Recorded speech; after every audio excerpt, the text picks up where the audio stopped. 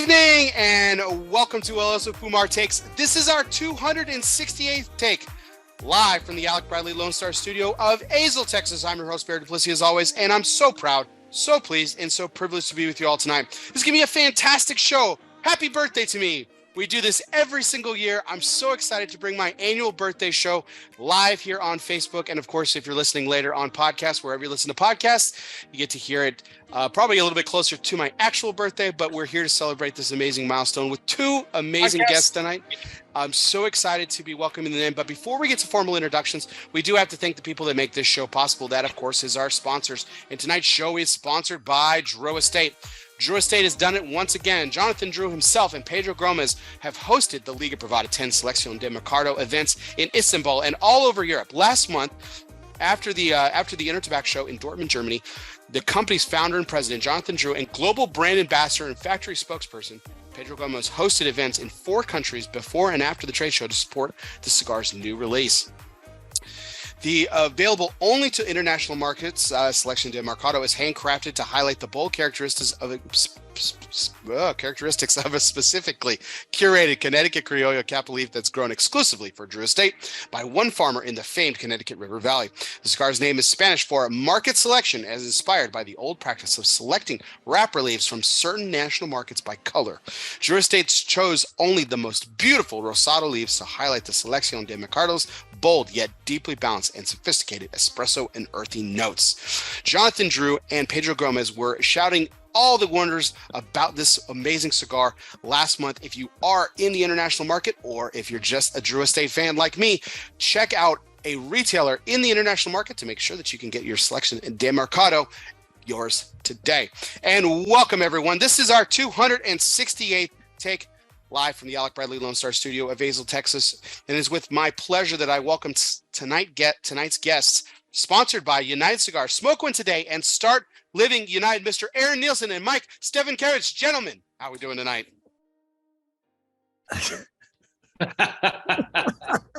Wow. We're doing fantastic. I love Pedro Gomez. He's a fantastic person, and I love the Drew Estate is very good. Bear, it's very good. We're starting this off on the right foot. Good to see you, gentlemen. Bear, happy early birthday. Thank you for having us. Always a pleasure to be with you and Mr. Mike, and looking forward to the show tonight. He didn't even attempt the last name, Mike. Did you hear that? He's just Mr. Mike. He's just proper respect. Yeah. He's a professional, you know. Yeah. Coop doesn't do it either. He just calls you hustler. Aaron lives in this world that we hear of. You know what I mean? That's true. It's a true story. It's a true story. Yeah, you bet. Well, it sounds like you gentlemen had some coffee before tonight's show. So that's fantastic. So that's great to know. Mike, I hope you had some extra cereal after your workout, so it's all good. Yes. But I'm so excited to welcome you guys. I do this every year. I have my birthday show, and have to give one of my guests some grief. We normally welcome Mr. Steve Saka in as a guest, and unfortunately this year, much to his, I think, sublime, happiness, he wasn't able to make it because his schedule conflicted, unfortunately, but he's agreed to be on here in a few weeks, which is going to be fantastic. But he hates birthdays, which is kind of the joke why I welcome him back every year, but I do consider him a dear friend, as I do with the two of you. And I made it a point to do my birthday show every year and invite people from the industry, of course, that I do consider dear, close friends of mine, and that's you two gentlemen. So thank you for agreeing to be on tonight. Thank you so much for having me as option number 2, and for Aaron as option number 5. We are grateful. The joke doesn't get old for me. I was double digits, so it's okay. Okay, so this is the 4th time we're talking about it, so we'll go ahead and do this on air. You were my first choice. I always welcome multiple guests on the show, Mike. You were first choice. Yeah. And if we're being fair, Aaron was technically second choice, okay? All right, fine, Bear. I love you, Bear. I know you. Pick on the dumb kid. That's cool. I know you do. It's fantastic. Hey, you are enough, Bear. You are enough. Thank you very much. So, look, in the spirit of this time of year, I always kind of like to talk about the upcoming Halloween holiday and stuff. And I think there's always fun questions to ask about it because I think it's just one of those fun holidays. I've honestly never gotten really into the spirit since I was a kid. I don't like dressing up. It's like, I don't know. It's just not one of my things. But I love that my kids do, and I love taking them trick or treating and stuff. But here's an interesting question. How old is too old to trick or treat? Huh. I think if you can drive, you can't trick or treat anymore. So I'm going to go 15. Okay. I mean, if you're driving, I think that all bets are off because you got to walk home to home. Like, what are you going to get in your car and start driving? I mean, going trick or treating. I'm going to say 15 is my max. 15 is the max. Yeah. Gotcha. Okay. I just made that up, but I'm just going with that. Yeah. No, that makes sense. It was really kind of, I don't know, it was kind of fun and fresh. It was kind of fun at the time and stuff. I got my older sister to drive us to like the nicer neighborhoods after we kind of went through the neighborhood in my house, in my neighborhood. We got to know a lot of our neighbors just in our neighborhood. And so it was like we'd go to 5 houses and then like everybody else we didn't really know. And so then my older sister would drive us to one of the nicer neighborhoods where we could get the good candy, like the full candy bars. So my son, who's like, I'm a sugarholic and he inherited that from me. Like he scopes out. So we've got homes, whether I like it or not, are kind of on top of each other. So it's a great trick-or-treating neighborhood. So we don't live on these like acreage. So you can hit a lot at once. So he's come to know over the last several years which houses have the big candy bars, like the big, nice. Like Nestle Crunch, the big whatever, the big Reese's peanut. So he double dips sometimes, but he's scoped that out big time. I was going to ask if you were a big candy house, Aaron.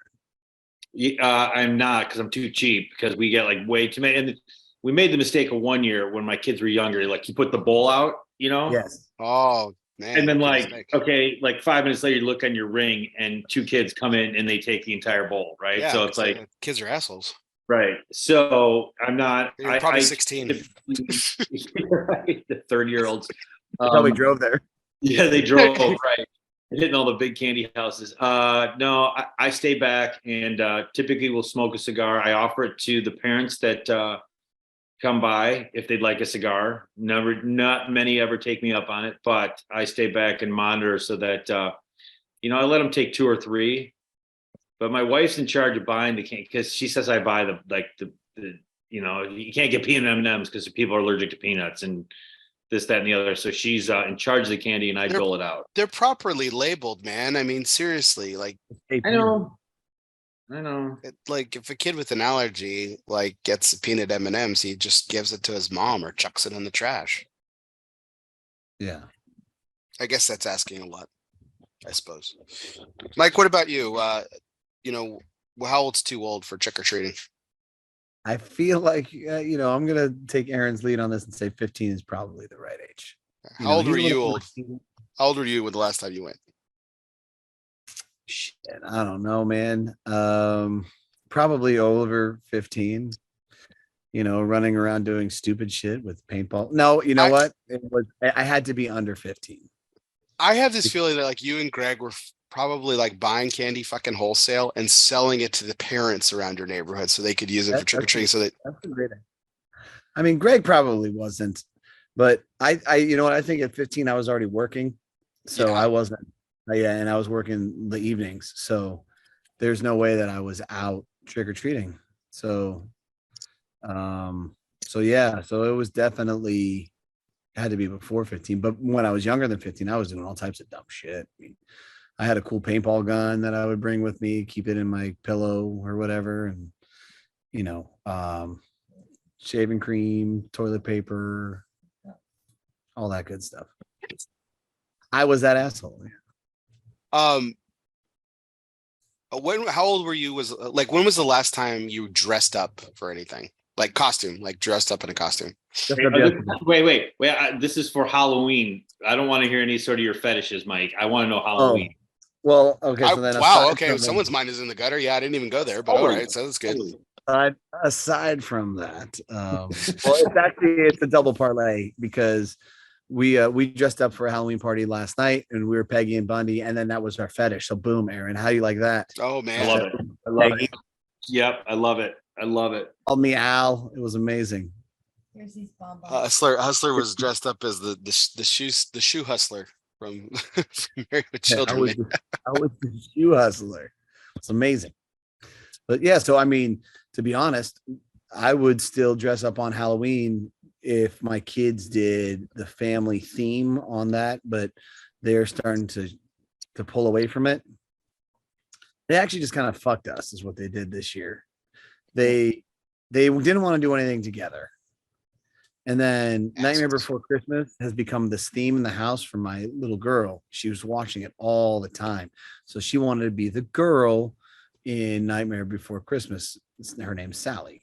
Mm-hmm. So then because she opted in for that, then my son, who was going to be John Wick, which is totally age appropriate at 10, he decided to be Jack Skellington.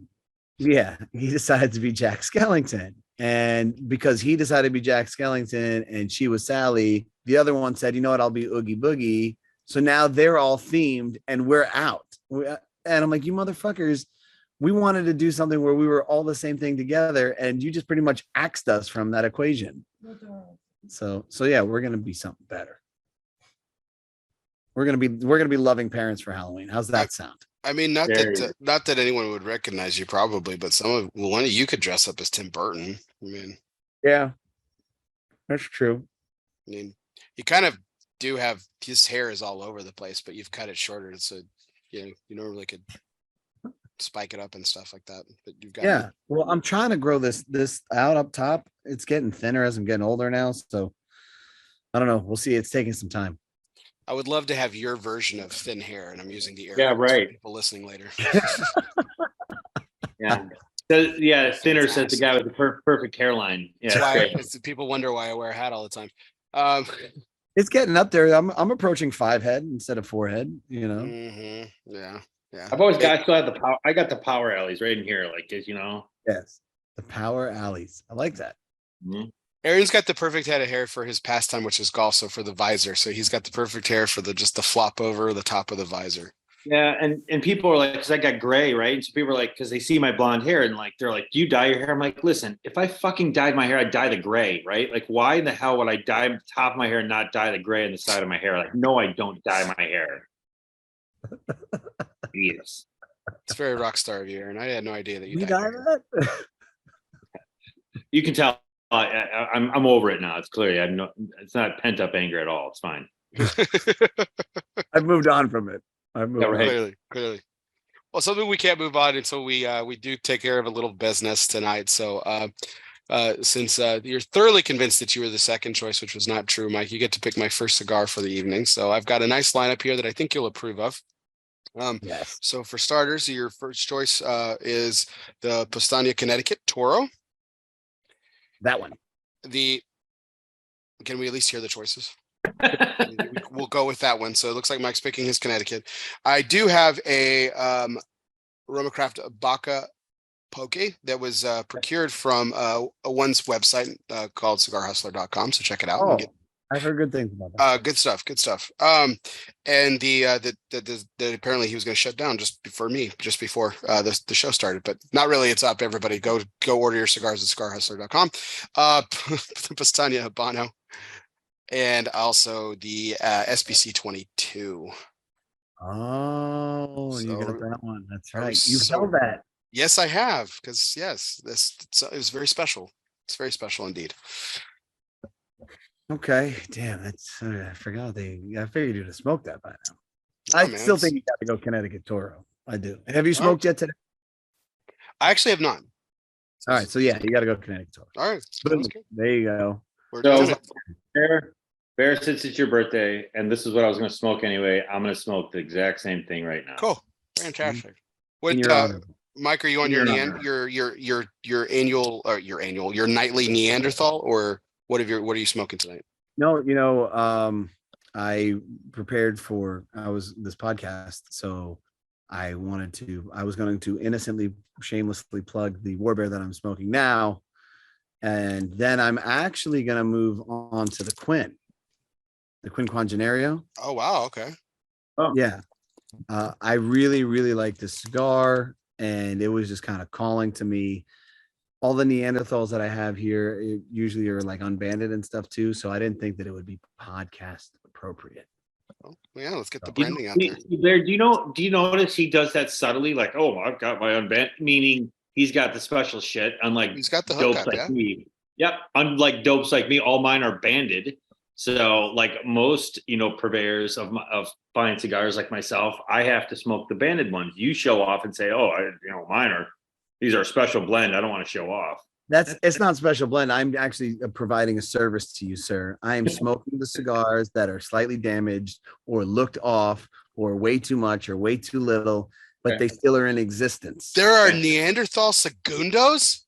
They exist. Are you fucking kidding? How the fuck is Skip been holding out on us, man? Every cigar has segundos, and I'd pay damn near full price for those. Yeah, you know what? I gotta be honest. There hasn't been a single one with an issue, so they just look a little different. Yeah, Sure, Skip would tell you the problem with them. That's why he puts them in those little packs for you. Yeah, you got a good eye for that stuff. You can see it if you look.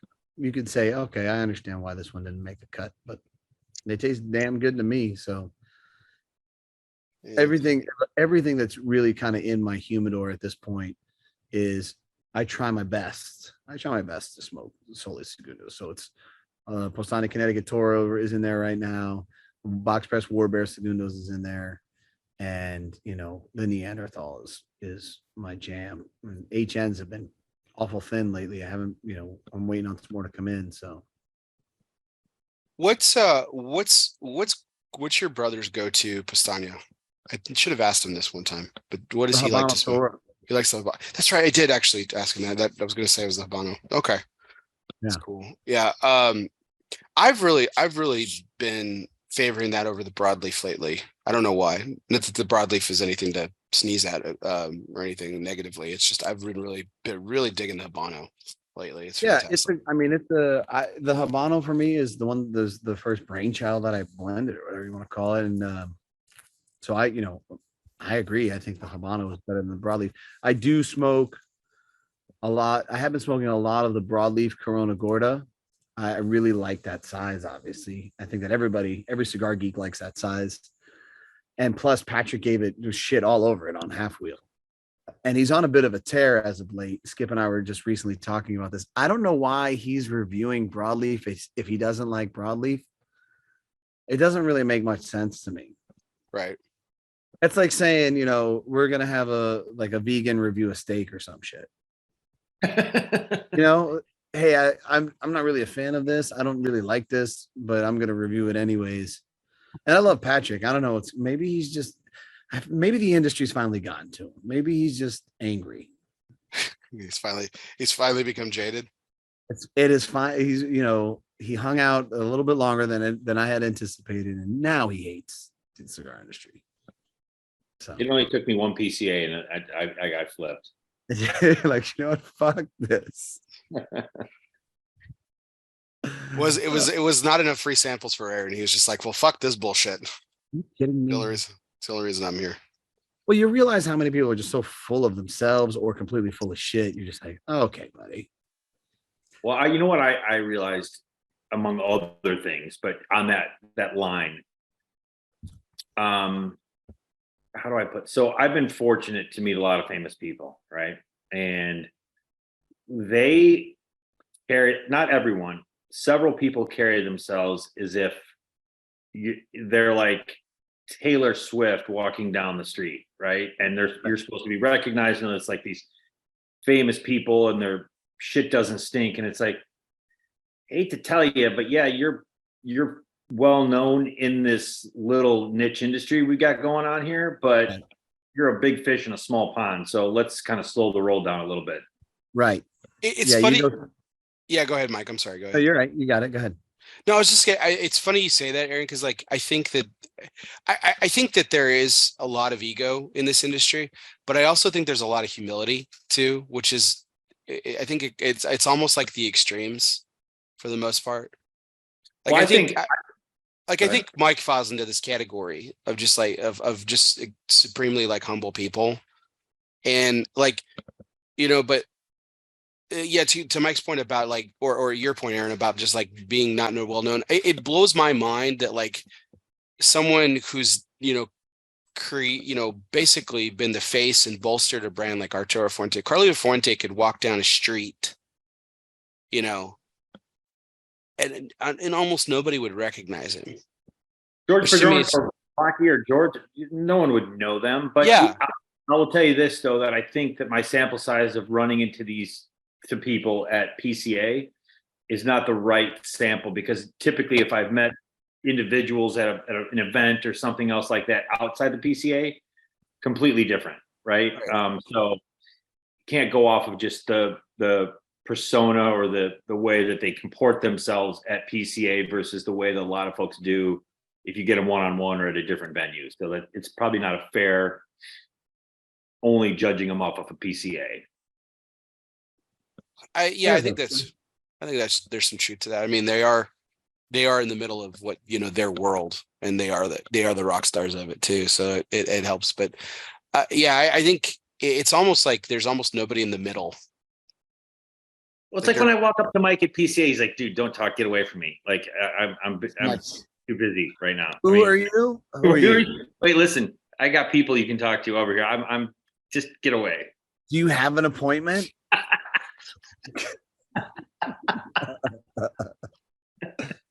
No. Oh, no. He couldn't do that. He couldn't do that this year because Palmer didn't go to PCA this year, so he couldn't pawn us off on Palmer. Listen, punk. I don't have free samples. Now get out of my face. Yeah. You didn't get any samples from Mike? I did. Sorry, sir. He had to leave early. That's true. He did have to leave early, which is kind of a bummer. But I took him. Yeah, it's always good to hang. But yeah, I had to. But unfortunately, but here we are. You got to do what you got to do. Yeah. But it was the time I was there was fun. That's it. Well, that will lead us, gentlemen, into tonight's major point, which is always brought to you by the people. Yes, cigar people, the people who know everything about a lifetime of service. Protocol Cigars is more than just pool parties and good times. Well, maybe it is. But behind the fun is a motivation for service, a motivation for giving back. From the original Protocol Blue to the latest release in the Lawman series, Phoebe Cousins, Protocol has always been about honor, passion, and yes, the people. It's what their life's work has been and always will be about. Power of the P, Protocol Cigars.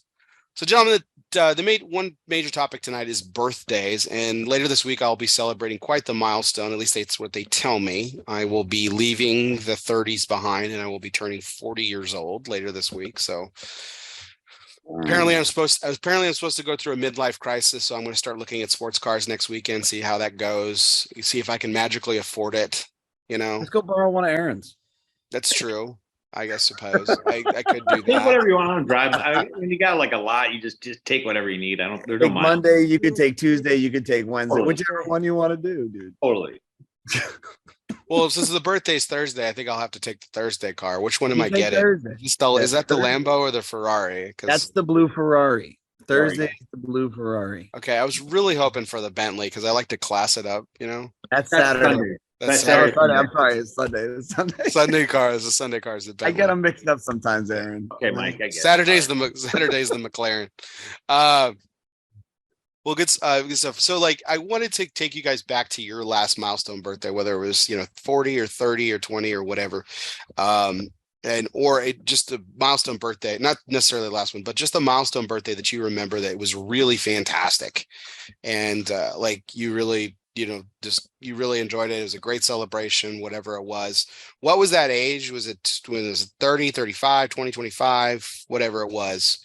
What was that for you, Aaron? And what did you do on that day? Yeah, well, I got a big I'm turning 50 here in a month. So that'll be a big milestone for me, the big 50. But if I look back, probably 21. The other ones, like I've got 4 kids, and we had my oldest daughter who what is she now? I can't even, 19. So, I mean, I was 31, right? Basically. And everything past having kids is such a blur. Like you don't focus on yourself. Like my birthdays, like even my 40th, it was kind of like, I'm not a big one for, so my wife was talking about my 50th coming up. She's like, I was going to have a party, but she's like, you realize you're paying for it and they're drinking all the booze. I'm like, yeah, I'm not doing it because the people I want to hang out with, I talk to and hang out with anyway.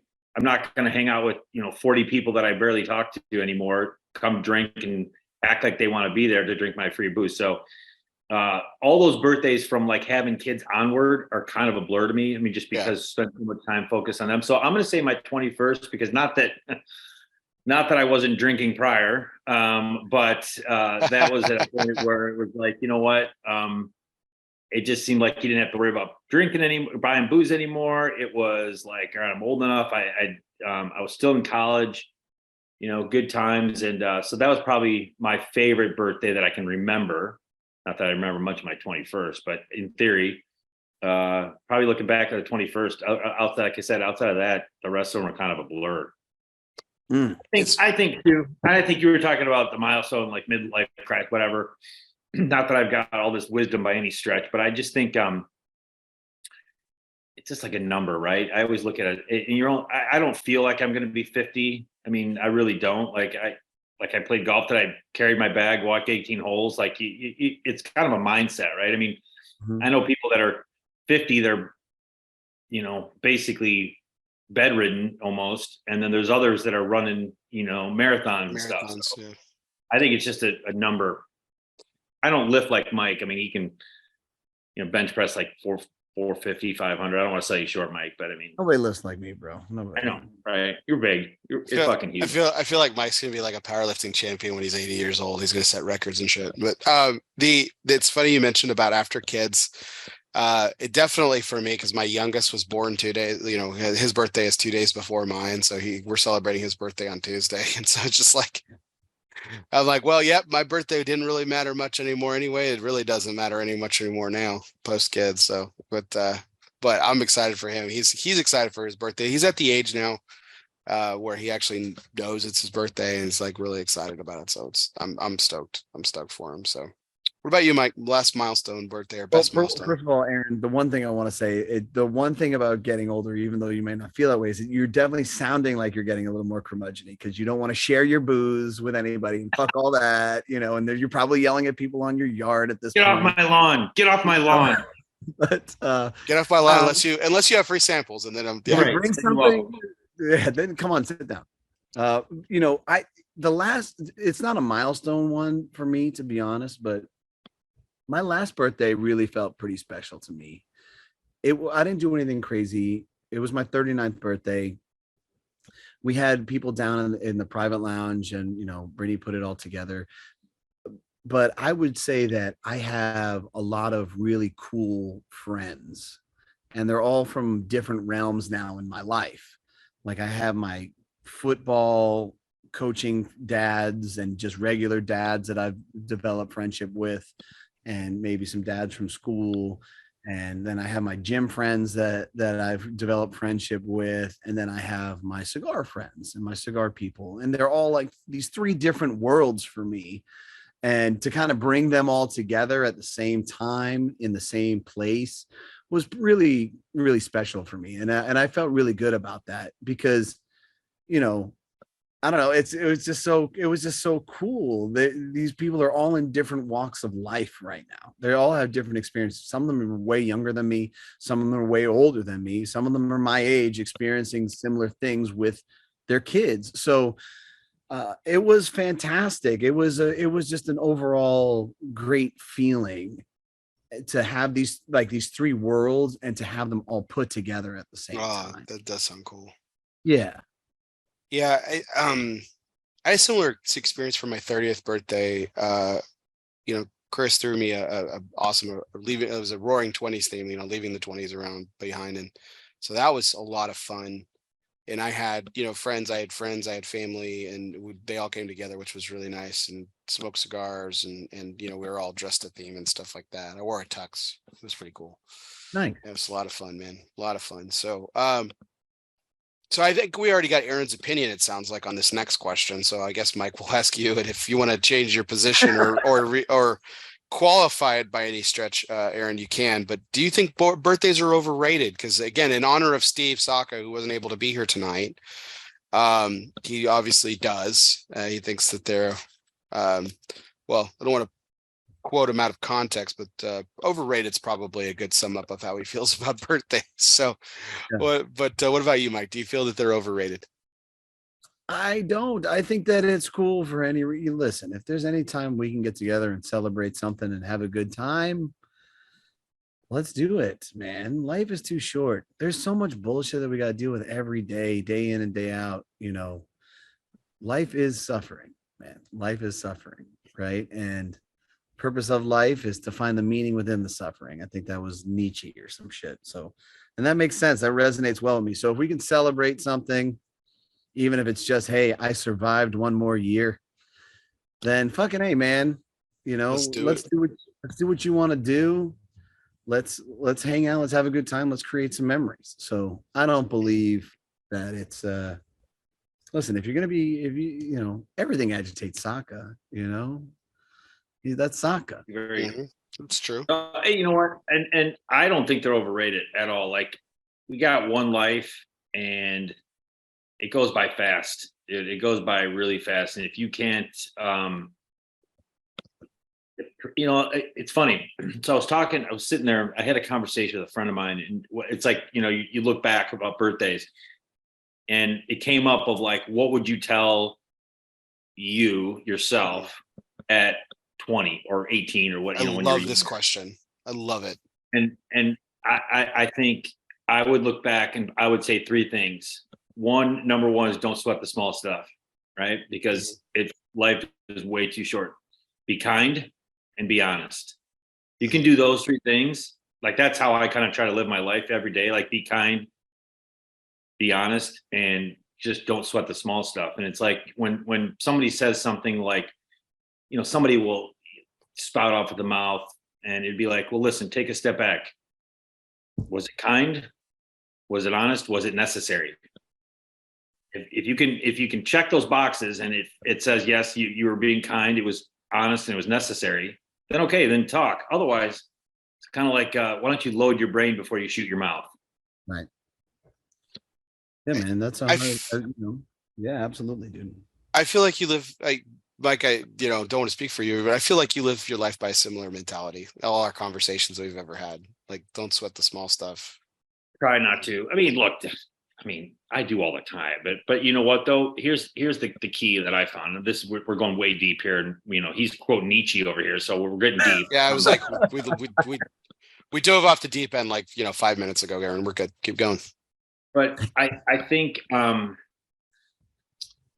I think if you can bring your consciousness, meaning consciously being kind, consciously doing the next right thing, consciously helping others, think less about yourself. If you can consciously, or if you can unconsciously do that, your life will be better. Consciously, you and I can all just sit here and we can say, consciously, I'm going to be kind. Consciously, I'm going to go do this. You put a thought behind it. But if you unconsciously are kind to people, unconsciously you're telling it the truth, unconsciously you're trying to do something nice for somebody else, then you live a pretty fulfilling life. I think the more that you can do for others, you get that tenfold back in spades. It's the people that are selfish, self-centered, like we were talking about before, that just are in it because they want, they're chasing and they're constantly want the next thing. It's like, dude, next thing you know, you're 75 and you look back and you're like, what'd you do it all for? Like, what?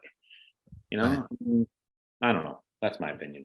No, so true, man. And I'm sure that your reputation precedes you wherever you go, because that's how you've lived your life, right?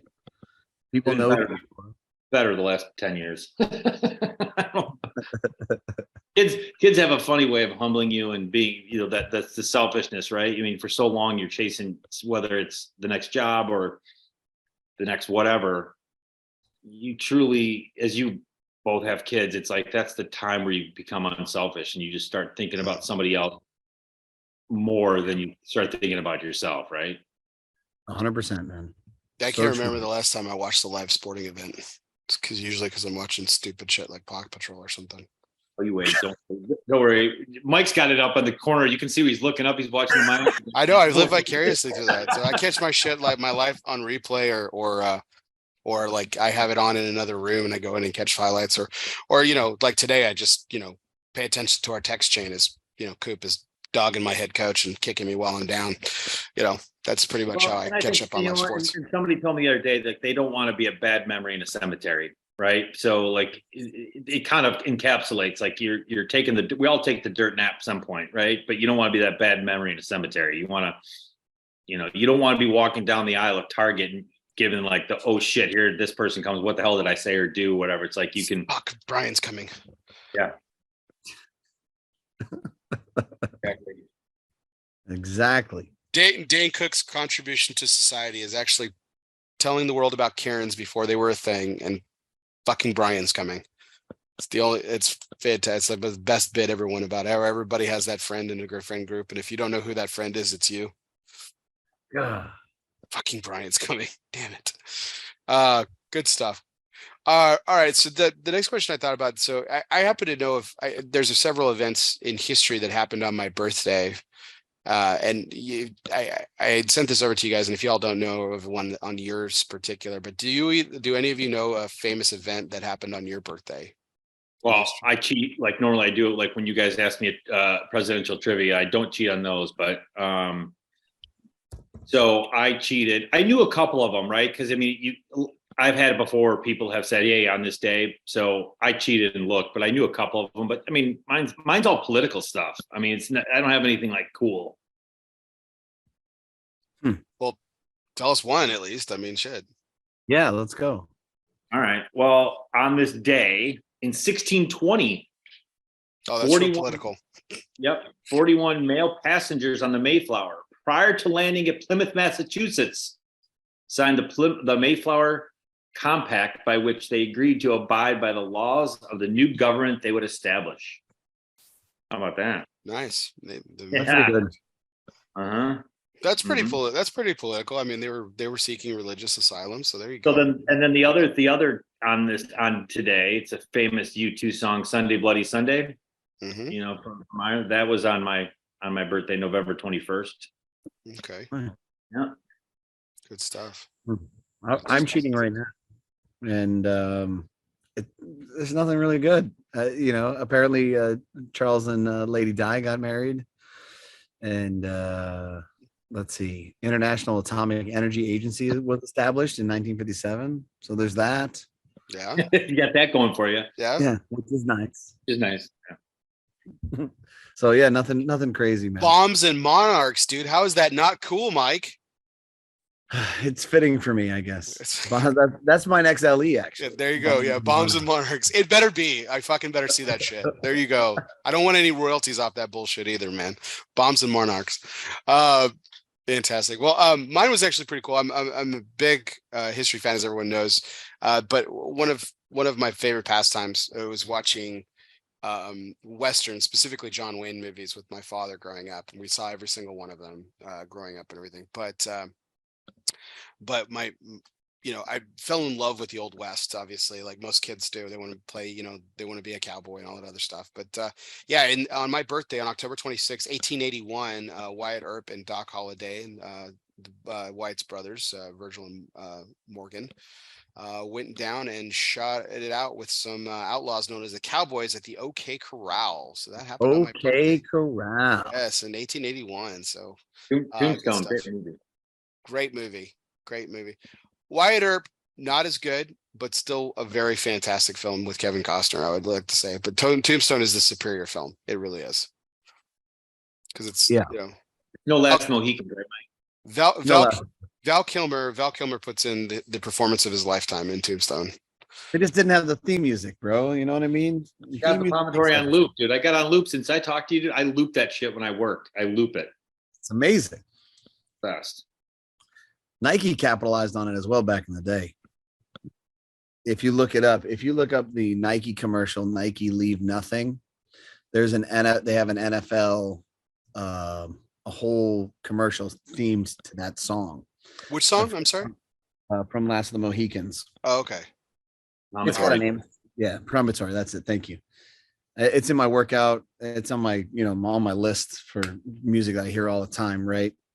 And but it is like the ball travels from person to person through fumbles and all this stuff, and then it defensively travels the other way. It's probably the best commercial footage I've ever seen. If you watch it, you're like, damn, somebody was really high when they put that together. I have to look it up. Yeah. Nike Leave Nothing commercial. Nice. Is it on the topic of birthdays, still going with this and everything, I think that not to segue on the too extreme about the gift that Mike gave you, Aaron, but with the song, and now it's like on the loop for you. But gifts are important parts of birthdays, or at least traditionally speaking, and everything. And I think gifts come in all kinds of sizes and shapes, and sentiment or non-sentimental and things like that. But what was one of the best presents you ever received on your birthday? This is a family show, so I'll keep it clean. Okay. No. All right, I'll give you one. I was thinking about this. So my dad missed a lot of my birthdays, right? I mean, and then you get older and you're not. Well, why? What was he doing? What the fuck was he doing, man? Probably taking out the trash or something like that. But when I was younger, I think I was in probably around 5th or 6th grade. Dukes of Hazzard was like the bomb, right? Bo and Luke Duke, Daisy still, obviously. I got this, I don't know, it was like a toy. It was a pair of Daisy Dukes. That's what he got. Keep going. Yeah. Sorry. I got, yeah. But it came with like car, and you could like jump, and it like did all this stuff. And he was at my birthday, and then he had to leave like half hour, 45 minutes into my birthday party at Chuck E. Cheese.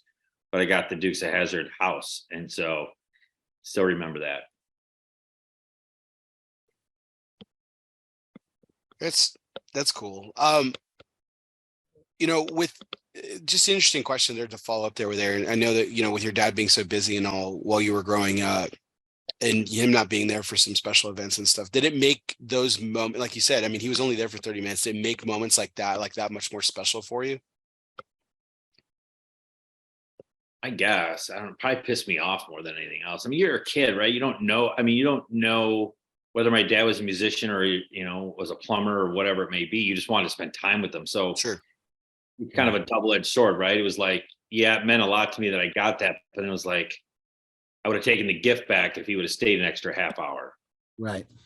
So, it's like, yeah, I guess it makes it special in a way, because it's a memory, obviously, that I have, and a fond memory of it. But look, man, I'm fucked up. So there's a reason I'm fucked up. It's because, you grow up in the lifestyle I did. So it's a double-edged sword, but I think you take I always hear, your parents do the best they can with what they know. My dad was an only child, and he didn't really know how to parent. I mean, I'm not throwing my dad on a bus, so we've talked about it. I mean, he was an only child. Like there was Thanksgivings where like his parents would drive by the house, put his Thanksgiving dinner in the mailbox, and keep driving. Like he grew up only child. Parents never really, he didn't know any better, so he didn't know how to parent. And so you kind of look back, and now I try to parent differently than he did, right? Mm-hmm. So you learn through the generation, so you appreciate it, but yeah, it is what it is, right? They did the best they did or could with what they knew. Well, that memory is so vivid for you, Aaron. I think that, like, I don't want to speak for your dad or anything, but that was probably a big considering the harsh childhood that he had, and not knowing, what he needed to know as a parent. That 30 minutes on your birthday where he gave you that really special gift, that probably felt like that's probably a memory he still has that's pretty fond as well. I'm going to turn it like a Barbara Walters special here. I'm going to get on the couch and let's unpack that. let's peel the layers of the onion back a little bit, Aaron. So wait, let's find the thing behind the thing. Like that's really the theme of my show, Aaron. So like, no, but I think that I mean, not to get too deep here, but I think that the memories that we have of our parents, and to your point, Aaron, about the differences that we try to make in our children's lives as opposed to them and stuff. And I had a great childhood. I say that all the time. And it shocks me to this day that my dad is still disappointed the way that he fathered me. And I don't get that. I really, because he gave a fuck. Yeah. No, yeah, I mean, 100%, Mike. But it's he did the best with what he could. We didn't have a lot of money growing up, and he couldn't get me the Dukes of Hazzard house. Not that I wanted it, but like there were a lot of things that I wanted that. Well, you're not 50. Yeah. Well, true. But there were a lot of things that, right. The Ninja Turtles. Exactly. Yeah. There were things that I wanted that he couldn't, that he and my mother couldn't afford. And it, that still haunts him. Like, cause he still talks about it, like, yeah. And, that makes sense. It's very sad. I'm like, Dad, you don't remember the fun that I had on my birthdays and things like that. Cause those are, I mean, to Aaron's point, it was time. My dad was able to give me time, and that's the stuff I remember and that I cherish. So, well, your dad did well, right? He did well as a father, but a good father still looks at all the mistakes that he made and said, man, I could have did this better. Right? A good person does. Yeah, sure. I always use, so Mike, that's so true. It's a stupid golf analogy, but let's say for those golfers out there, let's say you make 8 birdies and bogey. I don't think about the 8 birdies. I always think about the 1 bogey I fucking made. That bogey, like, God damn it. Dunked in the water or whatever. You don't think about the good shot. You always harp on the shit that you could have done better. Yeah. Yeah. And that just shows the character and the principles that you have. So it makes total sense to me why he would do that. I would be the same way. And I think Aaron would be the same way. So just do the best we can. That's all you can do. Yeah. As long as you're showing up and trying your best to put in the work, then that, you could always do better. I guess, if you like, Kobe gets off he'd get off the court and he'd say, okay, damn, okay, what sport? He wouldn't look at his points. He wouldn't look at his rebounds. He'd look at where he made his fucking mistakes, the turnovers and all this other shit. It's like, damn, I could have did this better. I could have did this better. And, of course, you don't have to be a sport champ or, a person of that level to have those type of principles. So your dad, you telling me that, Bear, just simply states to me, like, yeah, well, your dad's obviously a good dude and he gave a fuck. Yeah, no, my father was a good man. As my audience knows, he's been very sick for a number of years now. And it's I tell him all the time, I'm like, it's the times that showed up, which was all the time. He never missed a game. Right. And that's what I try to be for my son. It's just like he's a constant cheerleader and stuff, because it was great.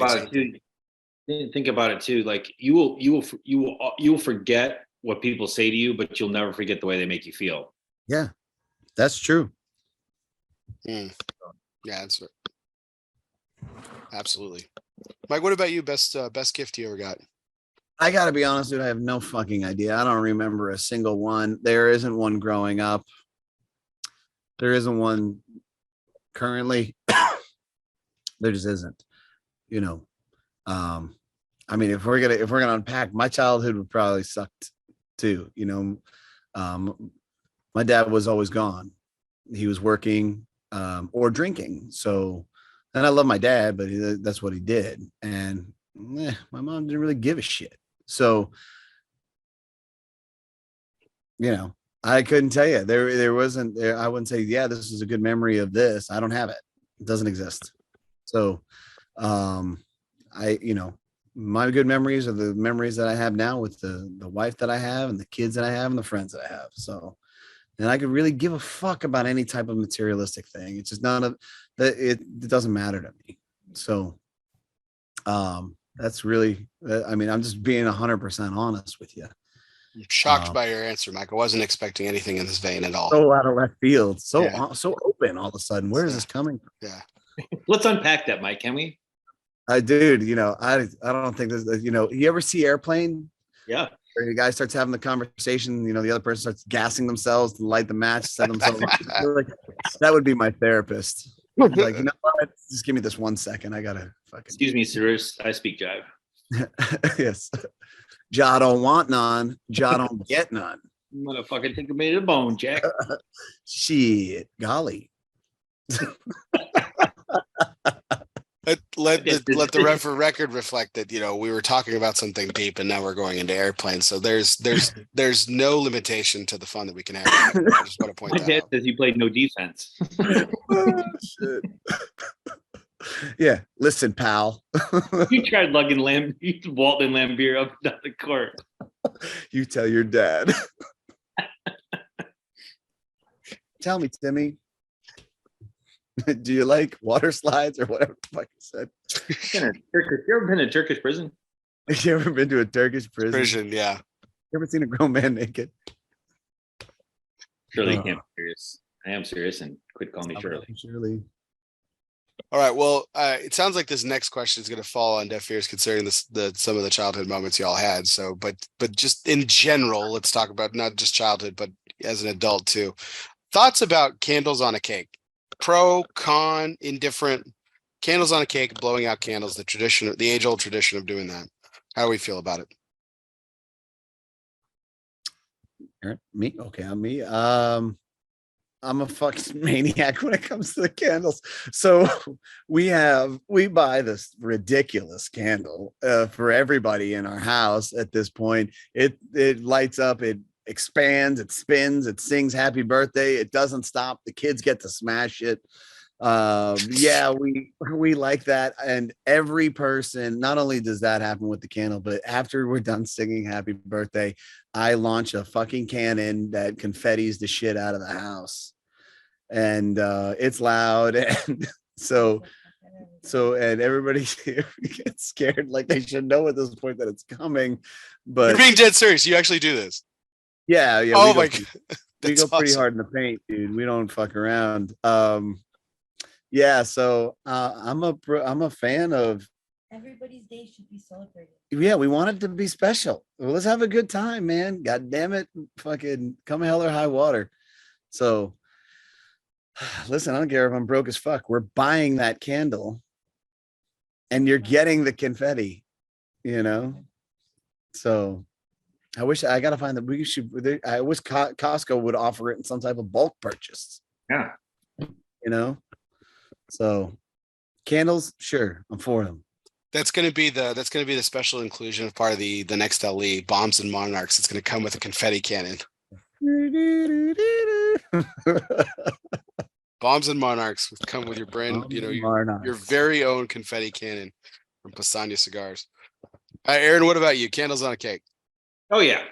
I don't go. I mean, I clearly am like amateur night at the Apollo over here compared to what Mike got going on. I think we all are at this point, Aaron, so it's fine. Yeah. But yeah, absolutely. We've graduated out from the a certain age they just don't fit, so we get like the 1 and the 8 or the 2 and the whatever, But yeah, you got to go candles. Got to sing happy birthday, blow out the candles for sure. Mm-hmm. Even if it's a cupcake, like my one son doesn't like cake, so for example, he just turned 18 on the 17th at a surprise party from last night. It was hilarious. Like his friends were all down the basement. He freaked out, like had no idea it was coming. Oh, that's awesome. But he doesn't like cake, so my wife did chocolate chip cookies and stacked them up and put a candle on top of the chocolate chip cookies. Oh, so money. You gotta do the candle. Yeah. I think you have to do candles on a cake. I'm not even the biggest cake fan either. But my cake of choice is always carrot cake. And so I always like to have carrot cake on my birthday. And yeah, I'm all about candles. I love seeing the boys blow out candles on their birthday. It's so much fun. I think it's a great tradition. I know I should have done a little bit more research on where the actually the etymology of it, where it actually came from and everything. But it's a really cool tradition. And I think the whole Make-A-Wish thing and not telling anyone and see if it comes true kind of thing is also pretty cool. It's got an added mystique level to it, which is nice. Oh, carrot cake for your birthday. So how old were you when you realized you were a serial killer? How Well, it was probably later in life, honestly, Mike, because I didn't find out I had a chocolate allergy because I am allergic to chocolate. So I didn't find out I had a chocolate allergy until I was later in my late teens, actually. So, well, like I said, we didn't have a lot growing up. We didn't have a lot of money, so we didn't have I ate chocolate as a kid, yes, and I do, looking back, I do remember getting sick, but we didn't have it enough, and I didn't have it that often. So I didn't really know. I didn't really understand or realize that I had an allergy until, ironically, it was my freshman year of college. I went and got an allergy test afterwards because my girlfriend at the time, sweetheart of a gal, baked me a cake and Tried to kill you. and tried to kill me because it was it was a devil's food cake. And literally, I lasted about 20 minutes after a slice of that, and I had to leave for the evening, and I didn't make it to my car, man. I blew cookies all over that fucking bush of hers, man. It was nuts. Like, that bush outside of her apartment was just off. Probably still stinks. Not knowing you were allergic to the chocolate at that time, you were probably like, she's trying to kill me. She's trying to kill me, and she really tried to. It literally happened. It's a mystery why that relationship didn't work out. It's just a shocker. Hindsight being 2020 and all, but I don't know. I made him a cake. He never came back. Doesn't like my baking. Yeah. It was the start to the downfall, I will tell you. And despite that honestly probably was the answer to my next question, which is, with your nightmare birthday, what was the worst birthday you ever had? That's probably it for me, to be honest. As sweet as the gesture was and everything, was very thoughtful, but yeah, man, I was so fucking sick after that. It was awful. I don't think I have one. Because some are more memorable than others, but everyone, my family, if you surround yourself with the right people, everyone at least tries to make, a day of it or whatever. So I don't have a bad memory of any of them that I can think of. Who knows? Again, you could probably put me on the couch and unpack a little bit, and some of the demons will come out, and who knows, maybe I was some guy dressed up as a clown, was trying to get me into his van at some point during the party, but I don't think so. I think it's all good. That's funny. If the clown had taken a moment to get to know you, all he had to do is drive up in the Dukes of Hazzard car, and it would be like, True. I'm a sucker for candy too. So give me a few hot tamales. I'm yours. Hot tamales, Aaron. That's your candy of choice. Oh, love it. I'll eat anything. Oh my God, hot tamales, man. So Mike, these guys. So we're on a text chain, and I'll tell you, the one of my least favorites, the one that you guys posted, those candy corns. It's candy. No, Ben and I agree with that. That candy corn is trash, man. No, we've been over this. Candy corn is trash. It's disgusting. I like the candy corn. Are you fucking kidding me, Mike? No. No, sir. No, you're a man of superior taste. No. I do like it. I don't know. I fucking like it. Probably the next flavor, the Caldwell cigar. Prepare with a Caldwell. Man, shots fired. Damn. Cream soda. That brings up our next sponsored segment. No. Final farewell of Caldwell sponsorship. Well, awesome. I'm baffled, Mike. What do you like about candy corn? I don't know. It's good. It's sweet. I don't know. Sugar. He just fucking said hot tamales. Honestly, you guys literally like the least two appealing candies ever. Hot tamales. Hot tamales are fucking dialed, dude. They're great. What's your go-to fucking candy, Bear? You don't eat gummy bears, dude. What the fuck? Of course, that counts. That's every day in this house. Gummy bears aren't even they're not sugary enough. Yeah, it's not a candy. I'll tell you what's even crazier about me, because Mike is already calling me a serial killer for liking carrot cake. You guys are gonna fucking think I'm just a psychopath now. My favorite celery. My favorite. I love celery. No. My favorite gummy bear is actually the clear ones. They're pineapple flavored. Yeah. Oh, yeah. I like those. Yeah. Yeah. They're good. Yeah. You know, you're a serial killer. Yeah. Knew it was coming. I guess. I just throw them all in my mouth. I didn't know that there was a difference. Yeah. Yeah.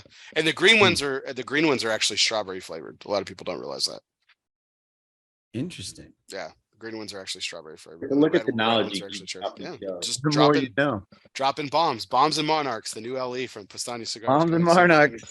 Let's go. Coming soon to Small Batch and Cigar Hustler. You're gonna laugh if that happens. I'm gonna love it, man. I will buy a box. I will pull the Erron Nielsen, buy a box, and this was my idea, and I did not get anything. In fact, I paid for this shit. This is great. Everybody eats, man. Here we go. Well, guys, we're gonna take a quick break. Thanks for indulging me in some birthday chat. We're gonna take a quick break and talk through a couple of our fun segments here. Of course, which is always kicked off with our presidential trivia segment, which is brought to you by United Cigars, featuring La Gianna Nevada, distributors of Jose Dominguez, Bandolero, Garofalo, and the highly acclaimed Atabey, Byron, and now Alfonso lines from Selected Tobacco. Smoke one today and start living united. Well, gentlemen, 6 presidents were born in the month of October, the same month that I was born in. While none of them were actually born on my birthday, the 26th, one of the presidents was actually born the day after my birthday, which is October 27th. So which of these 6 presidents was born on October 27th? All of these presidents were born in the month of October, by the way. So that's such a fucking sandbag question. They're all in October. Yeah, here we go. So A, Dwight D. Eisenhower.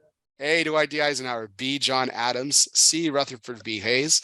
D, Chester Arthur. E, Jimmy Carter. Or F, Teddy Roosevelt. Who was born on October 27th? Brother B. Hayes. Teddy Roosevelt.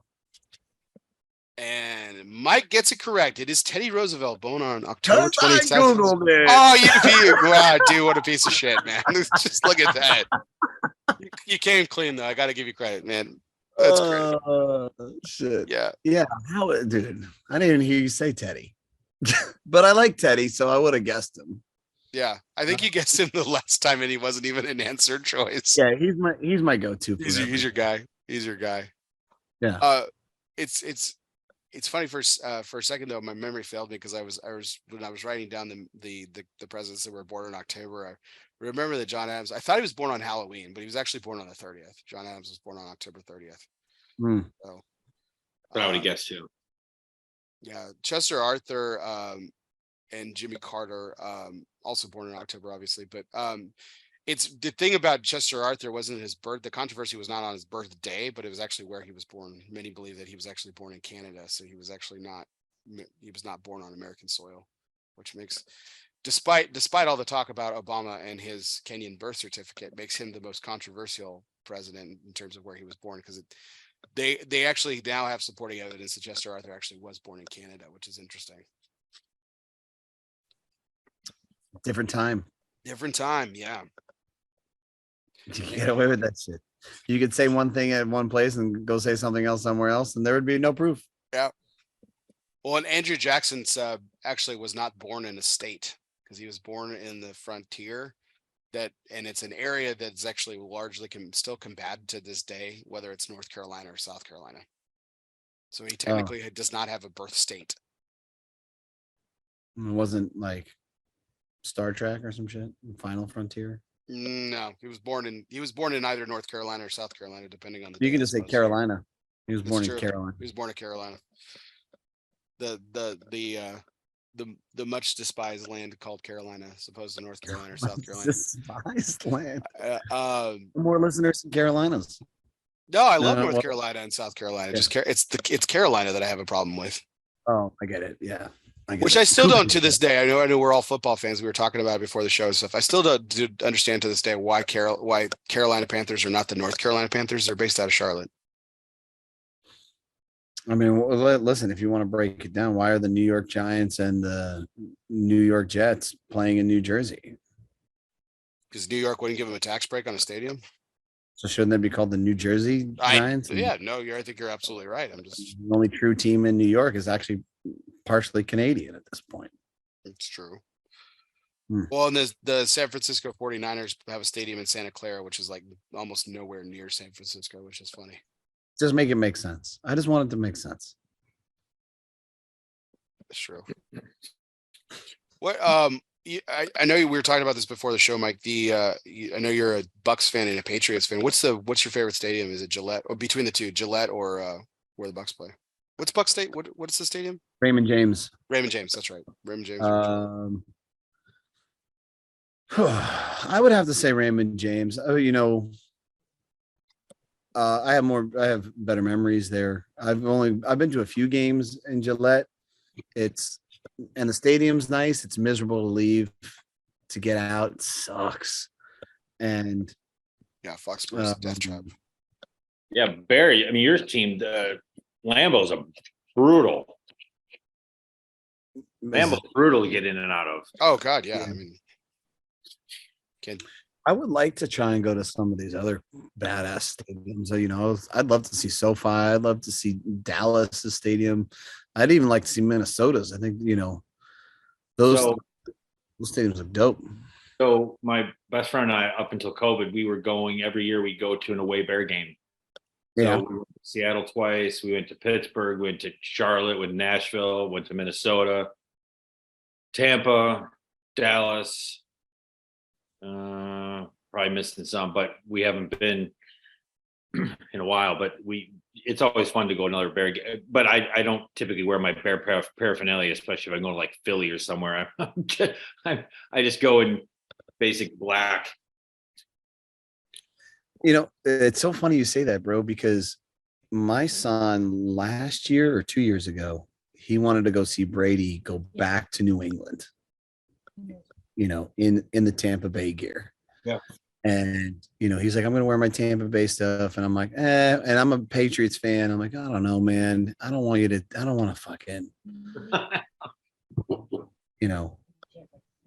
Yeah. Well, I became a Tampa Bay fan because I wanted to have a connection and a bond and have my son root for something that was local. So that's how we became Tampa Bay fans. So when he was born, like when he was 4 or 5, we got Bucks tickets. But we went to New England. I said, you know what? Fuck this. I'm not gonna teach my kid to be afraid of fucking anything. So we're going in Bucks gear. Fuck them. And we were probably one of 6 people in Bucks attire. Yeah, but you could probably get away with that, especially with Brady. I mean, you could probably get away with. People tried to fuck with me. Really? Yeah. First of all, I went in guarded. So, I tried to take a picture by the helmet and, one guy's like, hey, if you want, I'll take a picture of you and your son. And I was like, dude, are you going to fuck with my phone? Because I'm going to tell you right now, if you're trying to fuck with me, then we're going to have problems. And the guy was like, no, man, I'll just help you. I said, okay, cool. So he did. But then when we went upstairs, we were waiting in line to go to the bathroom or whatever. And the guy's like, one guy's like, hey, there's a secret bathroom over there in that closet there that says storage room. And it's just for kids. And I said, dude, shut the fuck up, man. I'm here with my son. Don't be a fucking asshole. And he's like, no, I'm serious. And I said, bro, I will fucking maim you. Don't just shut the fuck up. And he did. He turned around and walked, didn't say shit. And, but I've had some bad experiences in New England. I almost fought a guy. I was in a Brady jersey. I almost fought another guy in a Brady jersey. I did fight a guy in the Brady jersey. Brittany does remember. It was the year of the perfect season, 2007. We had some San Diego Charger fans that took us to the game. And, it was a blowout. New England fucking destroyed them. And, but before the game, somebody. You want to slide over? Sorry. Jumper cables. And they cut the fucking things with jumper cables. Yeah. The Patriots fans. Yeah. So somebody said, hey, our car needs a jump. Can we use our jumper cables? And they cut the wire so that when you touched it again and you linked it up, it would jolt you. And, then this other guy was making fun of Merriman, and then one of the people that we were with said, go Yankees. And then he lost his mind. When the brawl broke out. And he lost his fucking mind. So people are fucked, man. That's cool. Oh, yeah. I get a kick out of every time when I go to to the Rangers games here when the Red Sox are in town. Of course, I'm wearing my Red Sox gear, and man, Texas Ranger fans are great sometimes, but they absolutely do not know a thing or two about talking shit. And the things that they'll say to me are it's just absolutely obnoxious. Like I've gotten called a chowderhead like twice, and I'm just like, do you even know what that fucking means? Like Jesus, like it's just they're really lame. They're really lame. It's really bad. But I remember I went to a game and I the Ranger fans should love me because the games that I go to, the Red Sox always lose.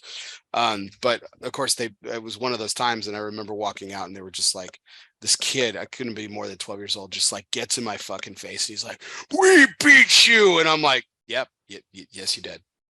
Just like, and I was like, looked at his dad like, "What the fuck, man? Jesus." What are you Like, doing? come on, control your son. Like, holy cow, man. Like if he was like 6 or 7, like that would have been funny, but he's like 12 or 13. It's just like, dude, come on, kid, get the fuck out of my face, man.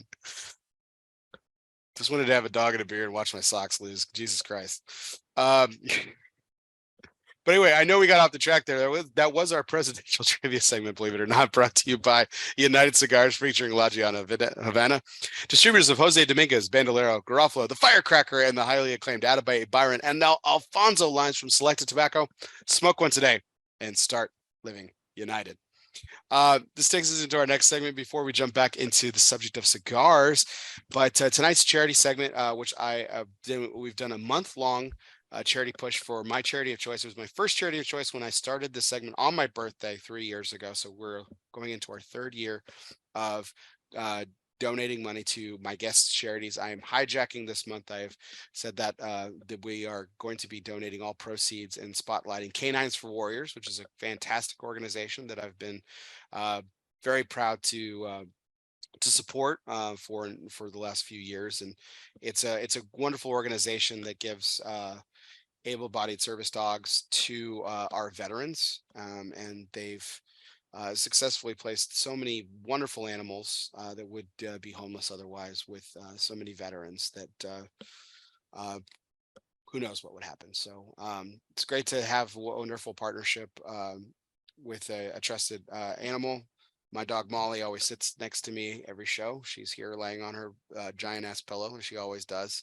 And dogs are a wonderful, wonderful sidekick. Yes, I'm talking about you, darling. She poked up her head. I was wondering, like, what are you saying, Dad? But Canines for Warriors is a great organization. I'll put some in the chat, and I'll also put some in the show notes later. But Canines for Warriors, a great organization. Please consider donating. It's a fantastic cause. Please support our veterans and homeless dogs as well. So thank you so much for that. So, gentlemen, wanted to get back to our topic of cigars. Now, of course, going into the trade show this past July, Mike, Aaron and I and well, the whole entire coalition actually, we're really excited and stoked. I even had the Bastani, Connecticut, which I'm still smoking, and it's just absolutely sensational, by the way, as one of my cigars to watch for the show, and it absolutely lived up to the hype, in my opinion. A fantastic cigar. What a dynamite release for you, man. I mean, this has got to be I mean, this had to have been like one of your more highly anticipated releases, and has been, I mean, tell us, has it been as successful as you thought it was going to be? Yeah, I mean, I think it has been extremely successful, and there's definitely been consistent reorders, and I've seen the most posts about it as far as all my core line that I've like released in the past. I think also too that I'm a little more well known at this point, and things have always kind of gone in a positive direction. I haven't had a stumble back for anything that I've created. So it was just kind of given that it would exceed, my what the others have done when they were first released, So yeah, I think they can always be better. I think that we could always do more, but it's done very well for sure. Do for better sure. in terms of selling it, or do better in terms of what the cigar ultimately became? I'm just looking at the bogeys, man. I'm just looking at the bogeys. I just think that the cigar I think is fantastic. I've smoked the shit out of it, man, and I was super impressed with it, and I still love it. So, I don't think I could have done better with the blend. I don't think I can work better with a better factory. You know, I think that it could always be in more people's hands. It could always be in more stores. It can always, they can always reach more consumers. So that's usually where my mentality is like, how do we level up again? Let's get more people to like it. That way I can shun Aaron harder at PCA and like, do you know who I am? Yep. And with kind of an accent. Yeah. Yeah. Aaron, I know you're smoking it too. What are your thoughts on the Toro? Yeah. Well, after I've first smoked, I texted Mike and said how much I enjoyed it. Part of it too for me. Look, I don't like look. There's some cigars that they don't have a lot of complexity to it. They don't have transitions. This has got both. And truth be told, from my palate over the years, I've gravitated a little bit back. I mean, when I first started smoking, it was bring me power, bring me fucking nicotine, bring me like full body. I want to like just ramp up. And as I've, gotten older and I guess my palate's changed a little bit, I've gravitated more towards that medium plus. Like I'm big into right now this type of blend, which is what since we're in the vein of Saka, kind of like not your father's Connecticut, right? And that's what this does. So to me, absolute home run. I mean, it's probably my favorite within the line. I mean, maybe because that's what I've been smoking a lot of lately within the line. But no, I think it's. I don't want to say it's underrated, but I would say it's under marketed in a sense. Just in to your point, Mike, just get it in more hands of people because I guarantee most will like it. They probably just even haven't tried it yet. So I think it's job well done by you. Thank you. Yeah, and I agree, man. We could always do better. We can always do better. So I think Aaron's right on one aspect here, Mike. I think the uniqueness of it, like you said, it's not your father's Connecticut, but I think it still captures a lot of that old school Connecticut flavor and dynamic but just with more potency and more oomph behind it, because I think there is that kind of that kind of nice creamy mildness to it when you first light it up, and then as the cigar's at this point, as it really kind of builds on you, it becomes a more heavier experience. It's more full bodied as you kind of get through it. It's not a full bodied cigar, so I don't want to dissuade anyone from trying it if they're not into full bodied stuff. It's not that at all. I think it's I think it's a very complex cigar that which I would say arguably, maybe outside of the SBCs that I've had, it probably is your most complex blend, which is, I don't know if that's what you were going for necessarily when you were putting it together. But I think it's the most complex cigar that you've put out to date. And that's not knocking the Habano. Like I said, I'm a fan, or the Broadleaf, or even the War Bears, which, I'm a fan of as well. But I think it's the most complex blend that you've put out. I mean, how do you feel about that? yeah, I mean, I'm just going for cigars that I like. I'm just trying to make cigars that I think are going to be good. And, sometimes they come across as more complex. Sometimes they don't, but in all reality, if I'm not going into the humidor, I mean, I have access to a lot of cigars. If I'm not going to the humidor and I'm not smoking the stuff that I make, then I'm doing something wrong, man. I'm doing something extremely wrong. So I know that it's a banger. I fucking love the cigar. I smoke that cigar a ton. And right now I'm currently on this War Bear kick. I smoke that cigar a ton. So I know that my new releases, I did well with them. They met what I thought that they would be. So that's really what's important to me. I don't know, I can't say, hey, I'm really aiming for complexity on this. Like, I can't say that I do. That's never my mentality. I'd say, what do I like? What flavor profiles do I enjoy from what leaves? Let's put it together. Does that taste like shit? How do I modify it?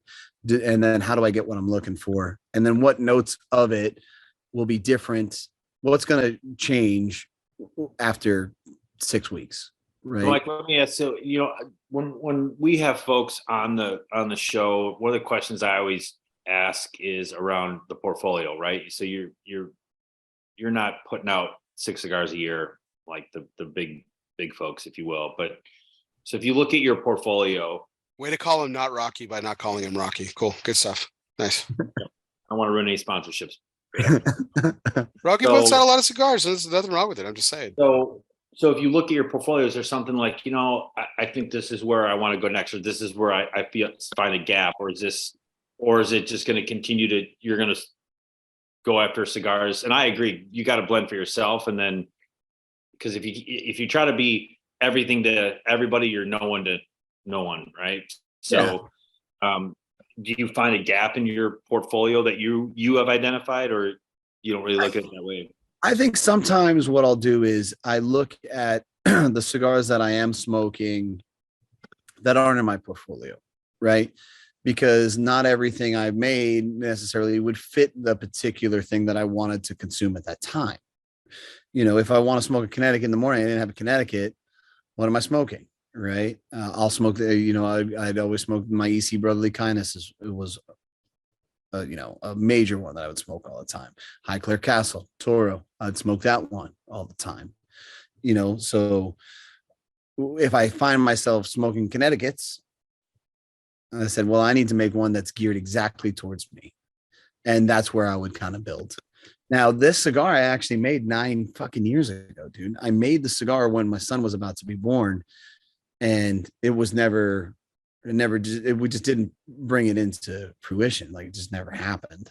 Just kind of through the course of time. We had the Bano, we had the broadleaf, then we did some LEs. Then Nico Sueño started to go through this transition. So I started making some other stuff with other factories, which is fun to do. Because I'm not beholden just to Postania. I can create different names, but I'll never make a Postania outside of Nico Sueño because I feel like I'm lying to my consumer. So, as time kind of progressed and, what's the next thing? It's like, well, this is something that I'm doing. I find myself as like you start with bold, as you go through this journey, and then you start to scale back and you want to smoke something that's different, that has different flavor profiles, that is a little bit lighter. And, it's like, hey, now's a good time. Let's, do you still have that blend? And sure as shit, they did. I'm like, perfect. Let's make that cigar. And, when it was first made, Skip was like, I don't know, man, this thing isn't burning right. There's all types of problems with it. I don't think we should make this. Let me sell you what I have unbanded and we'll just fucking do something else. And I said, dude, just send me some samples. Let me see what they taste like. And he sent them and I smoked them and he goes, see, I told you. I'm like, no, man, this is exactly what I wanted. And they're burning perfect. So he's like, wow. I haven't had a burn issue. Yeah. It was crazy, man. It was just that 1 week. It was like a week later of them sitting. All of a sudden they were burning fine. So, thank God, because I really love the cigar. The cigar is something that I blended and it had meaning for me. So everything was really kind of aligned. I was kind of bummed. I listen to everybody that I respect. I listen to their opinions, so when he said, hey, we should scrap this, I was kind of devastated. I'm like, I gotta respect the guy's opinion. He's probably right. If this is the guy, he makes the shit and he's saying it's wrong. But when it arrived, I said, no, man, this is exactly what I was looking for. So, I'll take the segundos.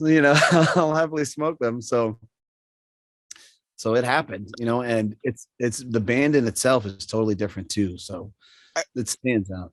Since we're on the topic of the Connecticut, there's a couple of things I want to unpack there, Mike.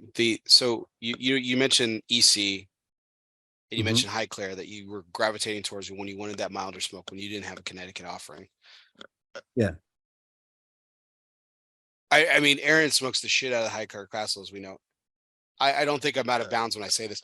It smokes nothing like the High Clerk Castle. And I would say that it's more similar, but that's not necessarily it's saying it's similar to the EC. I mean, it's a very, very different cigar. Yeah. Well, here's what I learned from the High Claire. The High Claire has a distinct flavor profile because of its binder, and it's a Brazilian Matutina. Right. So then I came to the conclusion, like, okay, well, I know that the filler that I'm going to make is going to be that I have access to is going to be remarkable because it's coming out of Nica Sueño. So how do I up that? And I made sure what I did was I made my binder Pennsylvania broadleaf, not Brazilian Matafina. So it's still that boldness. It still has that, a body that doesn't usually exist in a Connecticut shade. And that's what made it so unique and so different. But the premise still came from the collaboration. It's the love child of the two, if you will, because I know the filler combos and the blend from the EC. I know what the thought process was behind that High Claire and why what made it so distinct and different. I didn't want to say, okay, cool, then let's do a Connecticut with a Brazilian Matafina, So what can I do to give it its own body and its own distinct profile? And that was where I thought the Pennsylvania broadleaf was the better fit. Did you dabble at all with wrapper not in Ecuador, like American Connecticut by any chance? Did you have that opportunity? You just wanted to go straight Ecuadorian? I don't, I guess if I'm really hell-bent on a quest for a particular wrapper, I'm sure that Skip would say, okay, well, we'll go source some of it. We'll go trade for somebody and we'll get some sample stuff out here. And then if you really love it, we'll do it. But for more often than not, like all of that legwork has already been done. All of the hard work to obtain high quality leaves are already in that factory. So in general, I like to start there and then build off of that. Right. Okay. I don't think Pennsylvania broadleaf is a binder that they necessarily use, so I'm sure that that's something that they may have had to acquire. But as far as the wrapper is concerned, I really believe in everything that they have access to and the stuff that they already obtained. So if I can start there, I want to start there. So on that topic, I just finished my cigar and it was fantastic, as I mentioned, Mike. So thank you very much for picking that for me. Aaron, I have an SBC 22. A Pastani Habano and a Baca Poki, which is going to be my next cigar. Habano it is. Thank you very much. He's had the SBC since July. Then I guess, today's not my official birthday. Maybe I have something to smoke on my birthday, Mike. There you go. That's fair. Have it on your birthday. But as I'm lighting up my Habano here, my Pastani Habano, something you said caught my ear when you were talking a second ago, Mike, and I know you're going to have a great answer to this. You said you're not going to make a Pastani outside of Nica Sueño because you feel like you would be lying to your customer. Yes. You got to walk me through that. Well,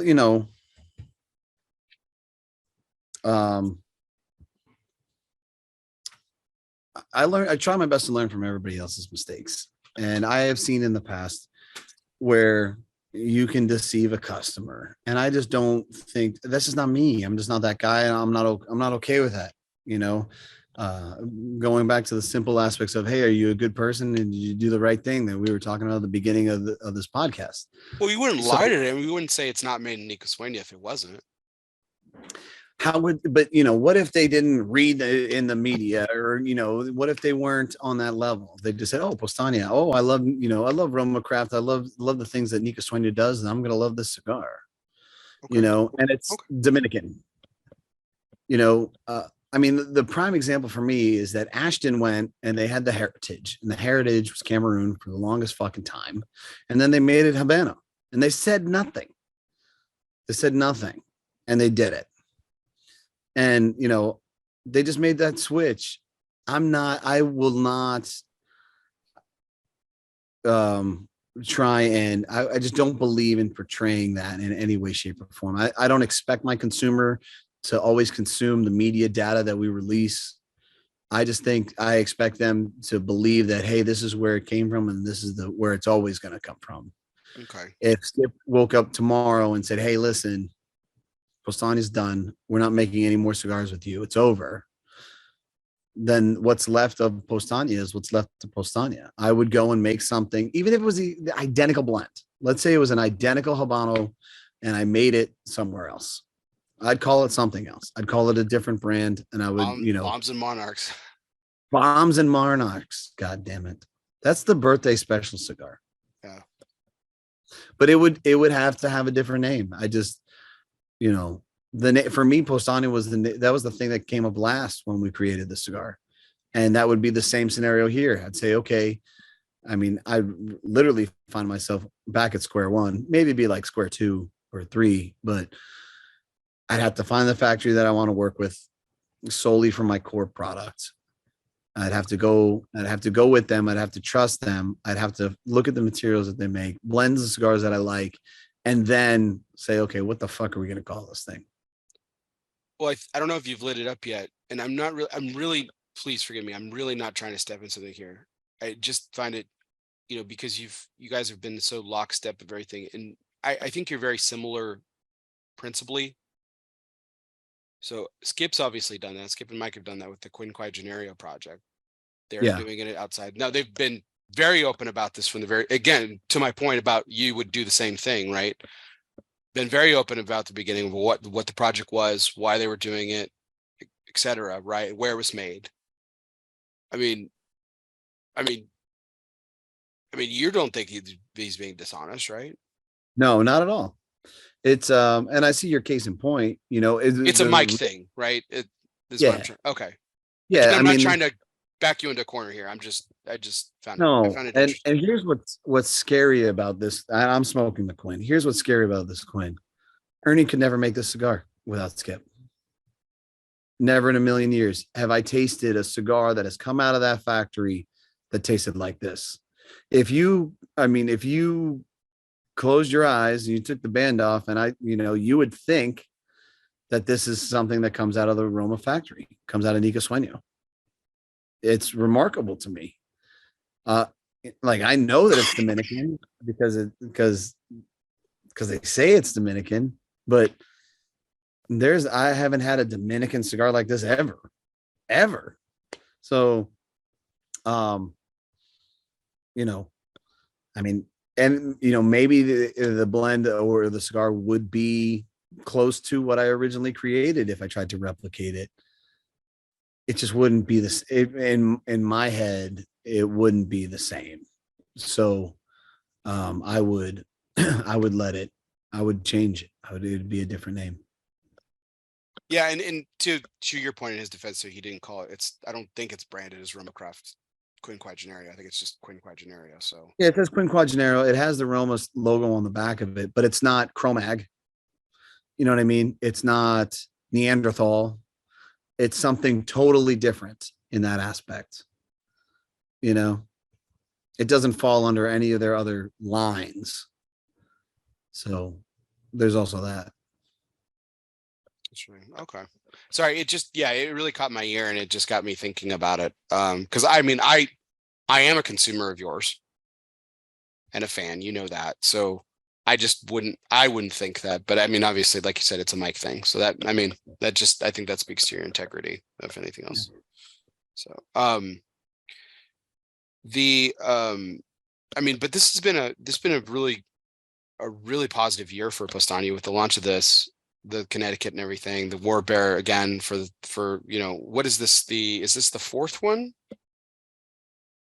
Yes. Okay. It's been a very, very successful series for you. Did you have an initial anticipation that you were going to be releasing this on an annual basis with, did it just start off as a limited that you kind of it got legs and you decided to keep going with it? Yeah, I think that's really. I don't have a plan. I don't have a plan for anything, dude. I don't have a fucking plan for anything. I analyze and I pivot from there, man. I really do. And I wish I could say that I did have a plan. I don't have a plan. So much to a point where Skip's like, hey, what's production looking like for next year? I'd like to dial this in and get it all squared away. And I'm like, I'm in the thick of it right now. So, so I don't have, let me get back to you, cause I don't know exactly what all of it looks like yet. So, so like, that's the challenge of working with a guy that's extremely organized and got his shit together. I'm the polar opposite of that. And, as far as like my vision and what I want to create in the upcoming year or years, I did my best to try and have a game plan when product arrived, what I wanted to do, how I wanted to release it into 2024 because of PCA and all those other things. Then I think I've done a good job solidifying that. After that, there's going to be, there's questions that have to be answered too. It's like, okay, is broadleaf still a problem? I think it will be. So if my full body goes away, what am I doing? What am I going to create? Am I going to create? Am I going to make something else? What am I going to do with War Bear? Do I want to make another size? Is that something that maybe I consider its own core line, because I might. So who knows, man? I don't have an answer, unfortunately. Not yet, at least. You would make Coop's day if you did a 60 gauge War Bear, just saying. Yeah. Box press or just regular? Regular. It doesn't matter as long as it says 60 gauge on it. He'll fucking love it. You'll make the top 5. I'm guaranteeing it right now. That's it. That's all I got to do. It was just all you got to do. Call it the Coop. He was a huge fan of the 21, as I was too. And I thought that was that was probably been my favorite thus far. And with that being said, I haven't had this year's, so I don't have it to compare to. But the second one was my favorite. But I've always been a fan of the series. Aaron, what are your thoughts on the War Bear over the years? So I think they're unique in their own right? So I think I look at them, even though they've been released since I was the 4th, I look at them as, in a sense, I don't want to say limited, but they're nuanced, right? So, I mean, they've got their own flavor profile. They stand up on their own merit. I like it because it's different every year, right? I mean, and it deviates from your core line. I mean, it just does. I mean, it deviates off of what I know, what I smoke from your core stuff. And I look forward to them coming out every year. I mean, truth be told, I haven't smoked like boxes and boxes of them, right? So, I mean, I'm not like this aficionado when it comes to it, but I think I look forward to it, right? Every year to see what you can okay, so I can tell what they are, but at the same time, they're nuanced and they're different flavor profiles. And I've enjoyed every year. So I just smoked I smoked one the other day, the recent one. Did you buy the box is the question, Aaron? Of course, I always do. I know. Or just if as long as it's got the Aaron stamp of approval, buy the box. So, well, right. So there's certain stuff that I already know I'm going to buy a box, and I made mistakes early on buying boxes like sight unseen, but those are tried and true. I mean, I'm not going to pick it up and be like, okay, I hope this is not a dog racket. Like, it's going to be, repeat purchase. So of course it's a box. Yeah, I think I only got a 5-pack of the first one and then made that mistake, and then they were out. And then so when that's why I do too.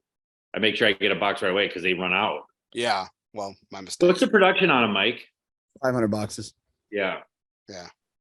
And what's crazy is, for me, that's kind of a sweet spot number. I always that's a number for me where I can sell them to all the retailers that I have currently, maybe a few extra new ones, and I could still have some to release for my store and online after everybody else has gotten theirs.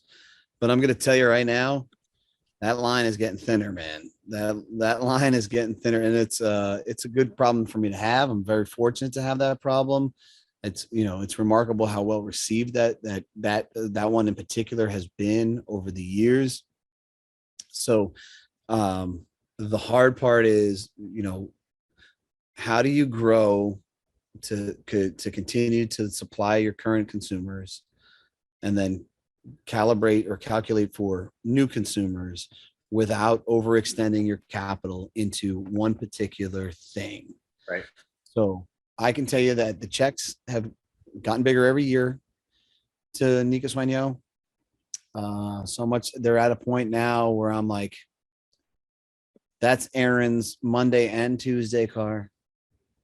And, and and it's a good problem to have, but it's still a problem. So I keep, I just never want to be, as I told you before, Bear, cigar rich, right? Right. You don't want to fall into a place where, you make 1,000 boxes of something, you only sell 300 and you got 700 boxes of something left.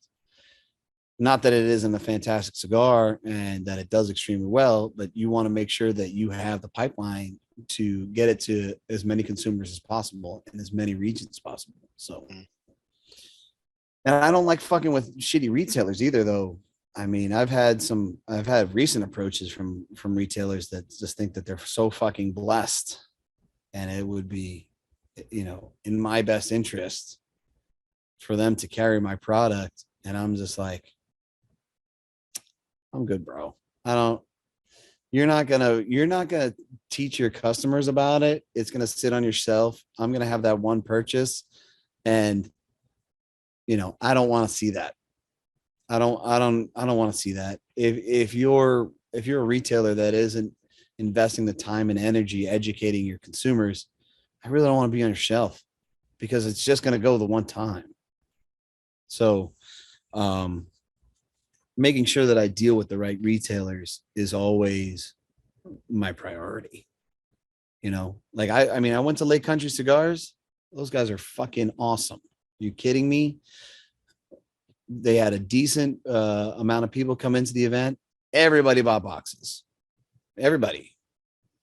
And that shows you that those guys are awesome. They know what they're doing. They've cultivated a relationship with their consumers, and the consumers know that they're not going to give them a cigar that isn't worth a box, right? So, and like Hogshead, same scenario in Virginia. If you do an event with those guys are like, they trust their retailer.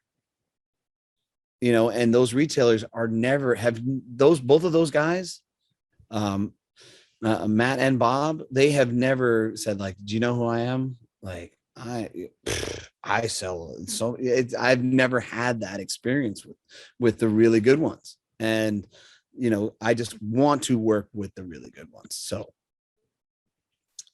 that's the eternal challenge. Sure. So I wanted to show you this, Mike, again. I sent it to you when I got back. I went to Scotland this summer and this past earlier this year. And what's really cool about the Scottish is that they pay homage to their culture and their country's history a lot, but they also expand beyond that, and they honor a lot of other countries and other things. And this was in the Royal Garden in Edinburgh. There. And here it is. So that's me and the memorial to the war bear himself, which apparently, I don't know how accurate this is. Obviously, the sculpture of the man is not correct, because no one's that tall except for maybe Shaq. But and I'm 6 feet tall, so there you go. But this apparently is a life-size version of the war bear. Like, this was to scale. So that looks about right. Yeah. So this is in the Royal Garden in Edinburgh. So I thought it was really cool. So I had to take a photo. I went back. I didn't have one on me that day. I did have a war bear with me when on this trip. So I went back on the last day that we were in Edinburgh, and I smoked a cigar in the garden. Just, there's a bench right across there. So it was a really, really fun experience being there. It's a beautiful garden too. I'm sure I've told this to you before, but all of my best ideas are really not my ideas. They're usually something that somebody told me, and then I just kind of take it and run with it. So, Warbear was actually an employee that used to work for me. He mentioned it, the story that I knew nothing about. Yeah, I remember. I remember you telling me. So, and even Postania, I mean, Skip's idea of it was, hey, well, you're Polish, it should be Polish something. And he came up with something, and I said, nah, that didn't feel like mine, but I liked what he was thinking, so I ran with it. The graphic behind you got the War Bear saying, "Oh no, what's that all about?" So that's my boy John McTavish, developing pallets. So they reviewed I think they reviewed the box press Toro, and he tasted minerality. So he said, "Oh no." So I started sponsoring everybody, I guess, or the people I like. So he's like, hey, I did a podcast with them, and he didn't have anybody sponsoring him. I was like, I'll sponsor you, bro. Just tell me how much it is, and I'll send you over the back screen, the wallpaper or whatever. And I made it say, oh no. That's awesome. Yeah, dude. A good time in this industry. If you're not enjoying yourself, the fuck are you doing, man? Indeed. No, I agree with that. It's stressful enough. Gotta have fun. Yeah. You have fun with yourself too, man. I think it's really great. I know you've been a huge supporter of Charlie's for a long time too. He doesn't always give you favorable reviews, and you still have fun with it. You enjoy it. Yeah, I still like the guy. I love your press releases too. They probably drive Coop nuts, but they're fun. I got a new one coming out soon too. I can't wait. It's exciting.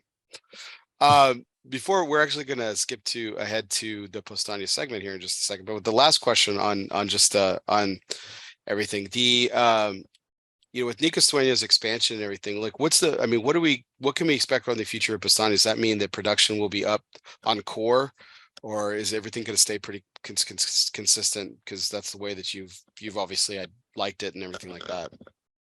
I honestly don't know. I plan on going down sometime beginning of next year and kind of seeing I haven't seen the bodegas. I haven't seen exactly the full vision as to what they're doing. And Alex is a great guy. He's very open with communications. So he's now running the factory for Nika Sueño. So I'm curious to see what I can do and what it looks like. I got some ideas. I have some thoughts for some new creations, and we'll see what happens. Are there ideas that involve another core at some point in the relatively near future? I would say probably if they let it happen, because the reality is that I don't think that broadleaf is going to continue. So if that was going to be my broadleaf next continue, question. Yeah, or if there's going to be a lull in broadleaf, then I got to figure out what I want to do to replace that and what that looks like. So I got some ideas. So before we get into the Postania segment this evening, gentlemen, we did have a trade show, 3 months ago, and we're actually going to have one sooner than we've ever had before, because our next one's going to be in the spring of this upcoming year. So a couple of questions I had beyond this, like one, coming and obviously from two different perspectives, like how do you think, and Aaron, you were on my month later show, but like how do you think the aftermath of the trade show, Mike, and this question is for both of you obviously, but how do you think the aftermath of the trade show has been, like from your unique perspectives as a consumer, and then Mike and all your hats that you wear? Did the trade show deliver it like it has in years past, or did it fail to produce the types of cigars that we've come to expect out of the trade show each year? My take, so look, my sample size is not as large as Mike's and yours, Bear, but what I have, and maybe I'm not as tuned in, so you guys may disagree with this, but I feel like the buzz around the new releases / in conjunction with them not like coming out or delayed post PCA. So perfect example, like Rocky stuff, right? That's not hit the shelves yet, or maybe it's coming out like this week, or I haven't seen it come out yet. So there's a lot of buildup to cigars that we want to try, that we're interested in learning more about.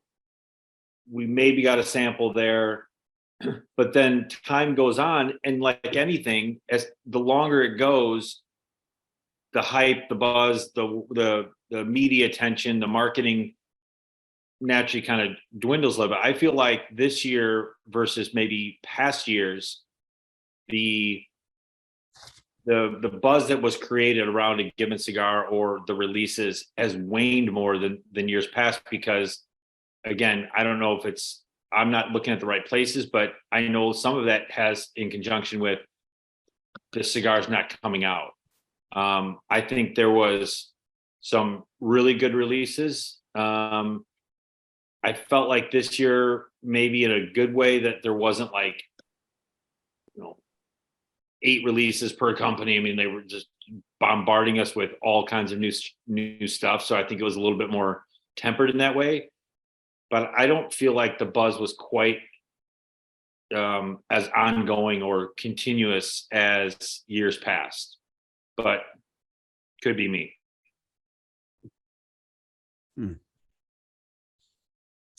Yeah, I mean, I think that's partially because,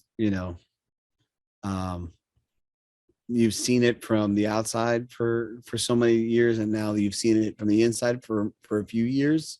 Yep. And it's not as shiny as it once was. Yep. I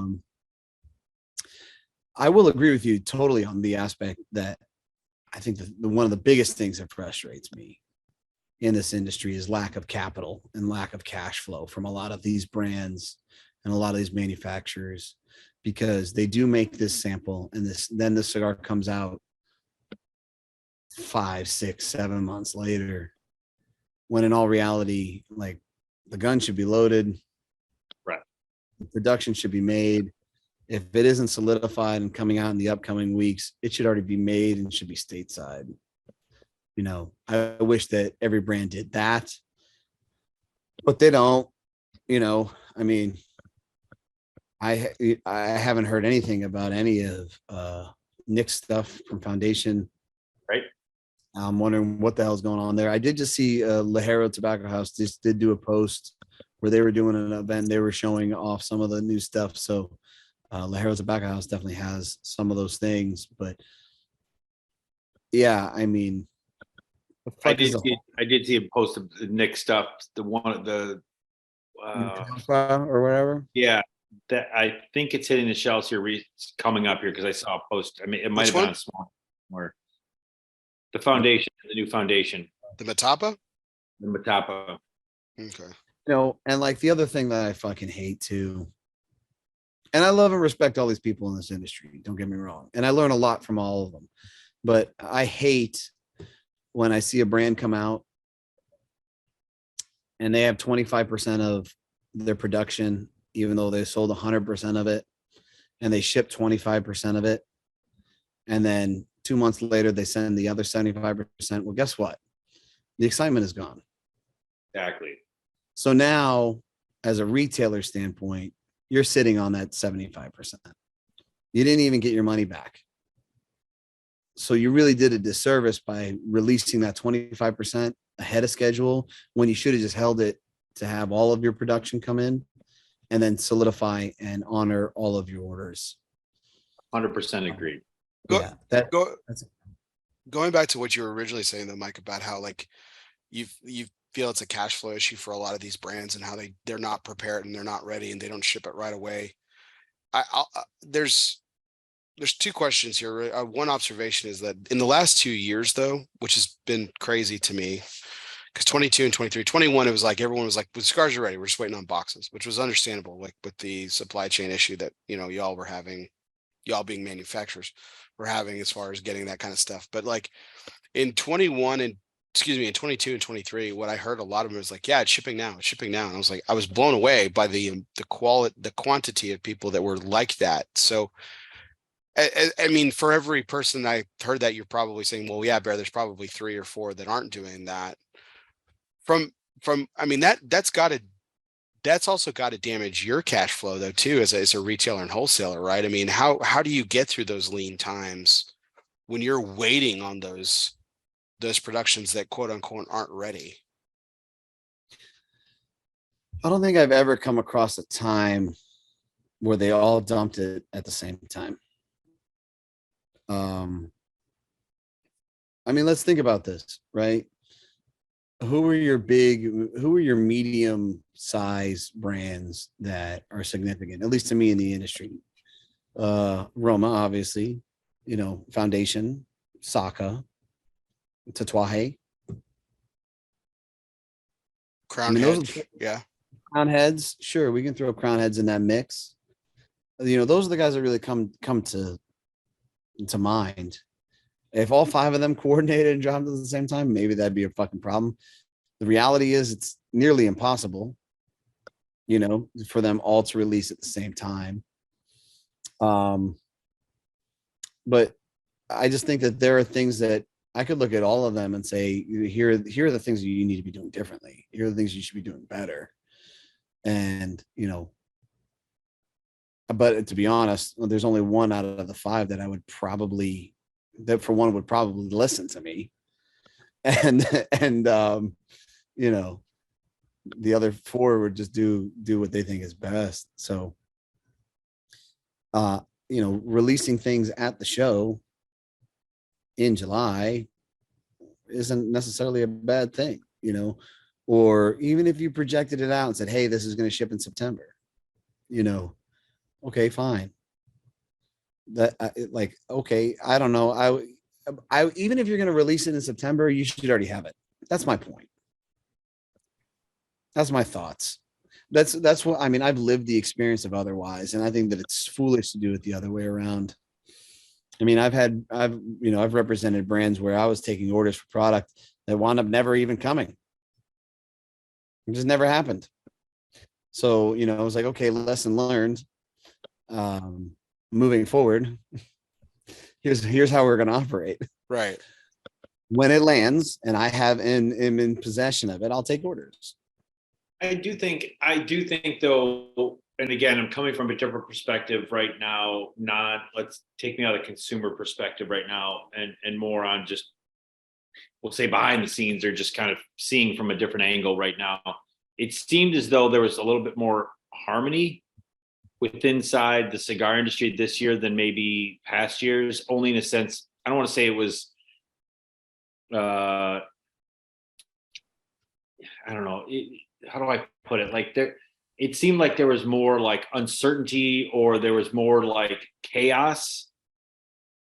Maybe a year and a half or 2 years ago, it seemed like that more people were on the same page, trying to achieve the ultimate goals, that everybody else was like kind of aligned more than maybe it was a little more chaotic a year and a half ago. A lot of that's coming off of COVID. A lot of that was coming off of production issues and everything else that goes along with it. So I'm sure they had a lot to do with it, but it seemed as though there was more continuity this year, and more people were pleased with the direction that the PCA was going, what some of the changes they made, and the direction they were looking to go with the goals they were looking to achieve, and the communication was better. I always hear the year one, it was like, well, we didn't hear about this, or they didn't communicate this to us, or why are they doing it this way? At least if nothing else, the communication and the end goal and the vision was a little bit more clear to where the PCA was coming from, what the exhibitors, the manufacturers were looking for. And like they had a voice, and it was being listened to, versus somebody behind the curtain just doing whatever they felt like they wanted to do, and then take it or leave it. Yeah, I totally agree with that. I think that there's definitely more there's more transparency. There's more transparency now than ever before. I think there's still we got a lot of ways to go. There's a lot of ways that we can improve on it. And I think that there's even more transparency and from brand owner or manufacturer to brand owner or manufacturer. I think that a lot of guys grew the fuck up, which was kind of nice for me to see, to be honest. Like egos were kind of checked, and they're like, look, man, we're going to be on the same shelf. There's plenty to go around, and, we're not the biggest, baddest in the neck. It's just kind of like, what was that movie with Daniel Day-Lewis? Not Last of the Mohicans, the gangster movie. Gangs of New York. Gangs of New York. Yeah. Where they were fighting, and like the big dog just came in and just blew them all up at the end. It's like, like, why the fuck? Like, these other guys are there's these other issues that are way more fucking way bigger than the bullshit that we're dealing with. And we should just kind of set that aside. I did see that more, which was kind of nice, because in all reality, I think that they should all kind of work off of each other to some degree. It's like, well, what are you doing for this? Well, I'm doing this and this works, right? Not necessarily a blend, but maybe like your sales team or software or, whatever the case may be. I think that if you have that mentality and you're willing to work with people and show them what you're doing to kind of help them, they will help you in turn, Now, if they take your lunch and they're not willing to work with you, then that quickly becomes apparent, and you quickly learn not to help that person. So, I felt, I really felt that.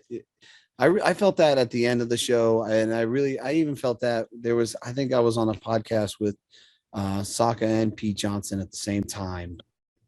I don't remember which one it was.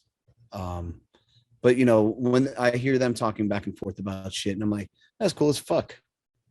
They're not like, well, I'm not telling you, you can't have this,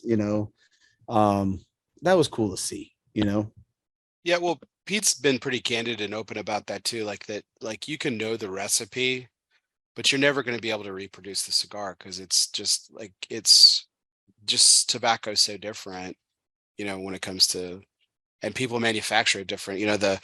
The double binder that my father does, for example, that's a trademark of theirs, not legal trademark, but that's a trademark of theirs. That's something that they do in all their cigars that you just, unless even if you did the same thing at Nico Sueño or something like that, you're not going to manufacture the same cigar. It's just going to be completely different because Skip's viewpoint of tobacco is different than Pepin's, and Pepin's is different than Ernie's, and so on. Like it varies so much. They're all terrific at it. They're all terrific at identifying good tobacco and blends and everything, but it's going to produce a different cigar. It just is from what it is. So going forward with the trade show moving, I have my own opinions on this. But since we talked about releases and everything, I'm going to just state this. I'm going to state my opinion, Mike. I'm anxious to get both y'all's opinion, but on this again from different perspectives. Here's my concern. I don't think it's going to be a problem this year with it moving to the spring. I think the companies that decide to hold back and for the spring, it'll be fine.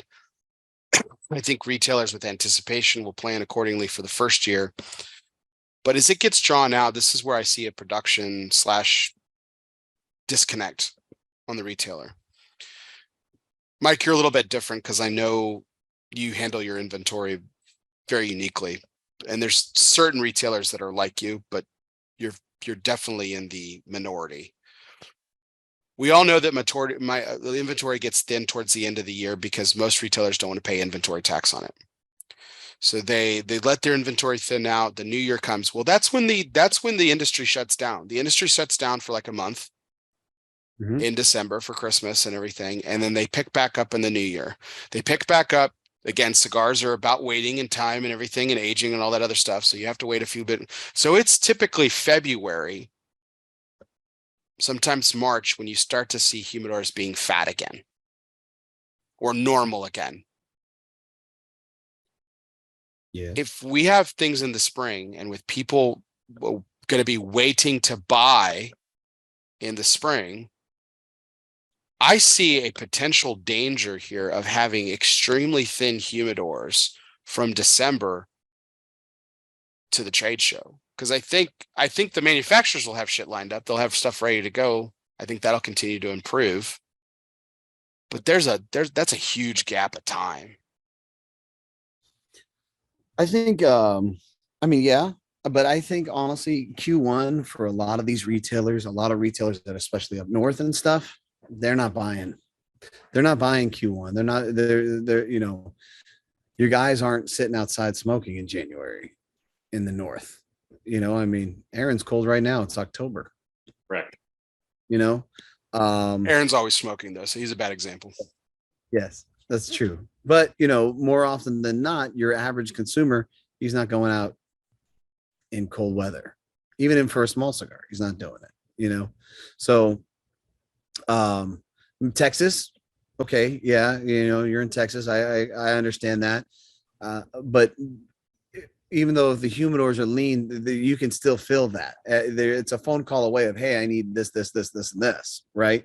And what happens is a lot of these brands and brand owners, manufacturers will actually focus on, you know, sales being produced along the south of the entire nation. So I can't really see that being a huge issue. I mean, I really think that the bigger issue here is production and just overall cash flow from some of these brands, you know. Okay. Aaron, any thoughts? No, but I think, look, if these manufacturers, retailers, they're hopefully semi-smart business folks, right? So this is not something that, right? I know. I figured you'd get a kick out of that one, Mike. But they've had enough planning, right? So this is not something that's been dropped on them today. So Sure. There's going to be some pivoting, some reshifting, some whatever you want to call it. But if you're on top of your business and you know trends, you know, to Mike's point, the north or the south and the cold weather, you factored all that in. You're just kind of shifting stuff around, and I don't know how that impacts cash flow. I'm not smart enough to figure all that out and understand that side of the business. But I would think that if you've had some time now and you knew it was coming, that you just pivot a little bit. You know, rob Peter to pay Paul, whatever the case may be, to make sure you know your buying habits of your audience, whether that's from the retailers or and then trickles down from the retailers to their consumers, that you should plan accordingly. And I think this year will be the first like little bit of, okay, we have to adjust, but then moving forward, it should be back on track, you would think. I mean, yeah. Mike's probably laughing at that, but yeah, should be planning accordingly. Yes. Planning accordingly. Yes. Good stuff. The other scary thing to factor here is that, you know, we had a boom or a semi boom 2020 to 2021, right? 2022 was kind of a coast, maybe a little positive for some retailers, maybe flat even with the growth being sustainable. I think the 2023 is been different. I think the 2023 you've seen some pullback, you know, on specific things. I think that there are people that are uncertain about the future of the economy and where it's going to be short term and what that looks like. And the real reality is that if Aaron said, you know what, I'm not going to buy anything new today, he could probably smoke for the entire year without a fucking problem, just in his inventory. And you know what, after that year, he'd probably have stuff left, right? So, you know, that's really the bigger question is, are the consumers that are consuming now, that are buying, you know, are they going to continue to be sustainable? Are they going to continue to purchase stuff, or will they start burning through inventory that they've acquired over the past 3 or 4 years? Yeah, it's a very good point. In all my years of retail, I met one customer who did it exactly like you said, Mike. And it was still the most bizarre thing to everybody. It's a great customer, loyal customer, came in and smoked every day, but he bought twice a year. He bought at one specific event that he was a super fan of, and then another time a year just to restock. But he would literally stock up. He had a locker. He would buy boxes twice a year, load up his locker, come in every day, and smoke from his supply. He's a great customer. I'm not knocking that at all, but it was very, very what you would consider bizarre behavior of such an enthusiast. Because he was an enthusiast of cigars, you know. And but yeah, to your point, I mean, Aaron could definitely do that. I can definitely do that. Well, I think we could. The other thing about it is maybe there's a benefit too. So what I'm thinking, to your point, Mike, about, yes, I could dip into, look, I could probably legit not buy another cigar for the next 4 years and be totally fine, right? But one of the things that it could trickle down is the manufacturers, in a sense, having to up the game a little bit to do something to get new cigars into the hands of folks. Meaning, for me, like, if, let's say it's the boom and people are trying a bunch of different stuff, like people are buying all kinds of new stuff. For me, in theory, if I'm going to buy something new, I'm going to try something new, it's got to be, I got to hear about it. Like, you got to try this thing. Perfect example is the new, your Connecticut was one, but the new Giant Tobacconate, right? I freaking love that cigar. So that's one that I had heard from Ben and Bear and Coop, like, you got to try this one. So then I heard about it, and now it's going to be one that's in a regular rotation, versus before, when, say, during COVID, when, we buying more frequently, if you will, or just, people were out there experimenting, you were buying a bunch of stuff just to try. Now it's going to probably be more focused and your routine, and or something that is really caught the attention of the media, really caught the attention of your friends, and saying, you really got to try this. Those are always going to be there. Those are the ones that are going to succeed. I think what's going to happen is some of the ones that are average, we'll call average, I think those cigars may fall off a little bit, because you're not going to have the people that are just going to be buying just for the sake of buying. If that makes sense. Yeah, absolutely. I think that a lot of those have started to fall off, to be honest. Mm-hmm. That's all true. All right, gentlemen. Well, it is now time for the much anticipated Postania Cigar segment. Everybody Eats, sponsored by Postania Cigars. If you always make sure that your servant's towel is bigger than your appetite, everybody will always get theirs.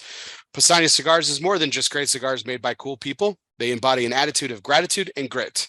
With Postania, everybody eats. So, gentlemen, this question is about food. And I know we've been talking about birthdays, so it's not about birthday cake. But I like to ask this question. I thought I would get some interesting answers from the two of you. What is a food or dish that you love that you would not have tried if you had not been offered or forced to by someone else? Man. You cannot pick any kind of brand of cereal, Mike. That's the one disclaimer on this. Darn it. Food. So you're asking what food would I have not normally tried if it wasn't the fact that somebody put it in front of you or made you eat it? Yeah. Because I'm a foodie, man. I'll eat literally anything. At least try it. What's forced me to eat? Oof. My wife is big into, like, Michael appreciate being the fitness buff he is. Like, she's all this, like, gut bacteria and all this shit, like these like gut bacteria, and, like, so okay, I'll give you one recently. Aaron's got a hankering for Activia right now. That's what he's going for. She's all this gut bacteria, so she bought garlic sauerkraut, because the sauerkraut is, the gut bacteria, that whole thing. Mike, you probably know more than I do about it, but I would not. It was good. Like, I like sauerkraut. Like, if I get a brat or something, I'll throw some sauerkraut on it. But, like, she put it on. She made, like, chicken burgers, like chicken patties with ground chicken, and then put the garlic sauerkraut on it. It was really good, and I would not have eaten it. It's not something I was, like, looking for on the shelf. So that's my most recent example. Something on the health variety. I do love me some sauerkraut. It's good stuff. Mike? I'm a boring individual. I'll eat what's in front of me. I don't fucking care, So I will tell you that I did go out to dinner today, and it was like a birthday dinner, and we did hibachi, and, like, I have never really had the white yum yum sauce or whatever the hell it is, because I just eat everything plain. The mustard sauce. Yeah, whatever it is. So the people I was with, they were taking this and they were just dripping it all over everything. And I'm like, huh. Well, if you're both doing it, it's got to be good. I got to give that a shot. So I did that with everything. And I'm like, oh, this is amazing. So I did eat everything, like everything. Apparently there's a term for that. And the server called me, yo, you're part of the clean plate club. Congratulations. It's like, thanks, man. Got the dub. So it was pretty much because of the white sauce, that was used. So I would have never thought of, I just, they pour it in front of you and I'm just like, eh. Like I'm boring. I eat sashimi. I'll eat salmon raw with nothing. Yeah. I won't add any. There's, people are like, what's soy sauce? Do you use soy? I'm like, no, I don't do any of that stuff. So it was a unique experience for me. That's all I got. Stuff. Joe, what was the protein you chose? Or did you do a combo? I just went chicken. I just kept it simple. I eat steak every day. You eat steak every day? I eat steak every day. Right now, I'm eating steak every day. Interesting. I had steaks, Costco steaks. Can't beat $9.99 for a pound per pound. There you go. So yeah, I eat something similar. We go to Costco and my wife takes very good care of me. She marinates it for a day and then she grills it all for me. She chops it up and that's my lunch every day. I eat steak. So, people believe that steak causes cancer. It's actually, I don't believe that steak causes cancer. I believe that how you take care of yourself is how you cause cancer. So, I'm a big believer in psyllium fiber. Metamucil is, everybody should be taking it. I take it every day. You don't want anything sitting in your gut too long. You want to make sure the bacteria is right in your gut. Yeah. So, and that is a direct effect of what you consume. So Metamucil, sauerkraut, and steak is Mike's recipe for a clean gut. Yeah. Well, not so much the sauerkraut, but she's right. She is right you want to feed the right bacteria in your gut, and sauerkraut definitely does that. Interesting. I actually did know about the health benefits of sauerkraut. I know it's low. Obviously, it's low in sugar and stuff, so it's always a good thing to go. And I think it's tasty, so I'll go after it. Garlic sauerkraut. Got to try some of that. Good stuff. I don't know if I've ever told this story. I'll share it just because I think it's interesting. It was because it was on my birthday, so it was really funny. I used to be a math tutor in high school, and I worked in the computer lab. Yep, big shout out to the Nerd Bear. And I worked for one of the teachers that ran the computer lab. All the chicks. That's where the chicks hang out. I get it. Yeah, that's right. Met one of my girlfriends in high school in the computer lab. So winner. There you go. That was the end of it. But the teacher that ran the computer lab in my high school was Mrs. Morrow. And I had never in my life eaten a Brussels sprout. Can't tell you why. Don't know, I'd heard of them. My parents never made them until I was a junior in high school. And on my birthday, I remember this, Mrs. Morrow, I said, what are those? She had some, and they were actually just cooked in steamed in chicken broth. It wasn't anything too exciting, but they were really well seasoned. She offered me one. I was like, sure, I'll try it. And I fucking loved it. I fucking loved Brussels sprouts from that moment. And that wasn't not even how I prefer them. I like them, grilled or charred. And, I like the crispiness of them or baked or whatever. And, love them with bacon, of course, like everybody else. But yeah, that was my first foray into Brussels sprouts. And I'm so grateful to Mrs. Morrow because they're amazing.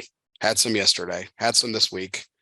When I was actually out of town for a conference in Louisville, and the best meal that I ate all trip was a Coca-Cola braised pork shank. It was fucking massive, and a side of Brussels sprouts. And it was I do my root beer or Dr. Pepper. If you do a shank in that, good stuff.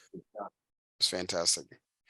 Don't know how I treated my gut afterwards, really, but I mean, I felt fine. So, Yeah, man. Not a musical. It'll be fun. good stuff.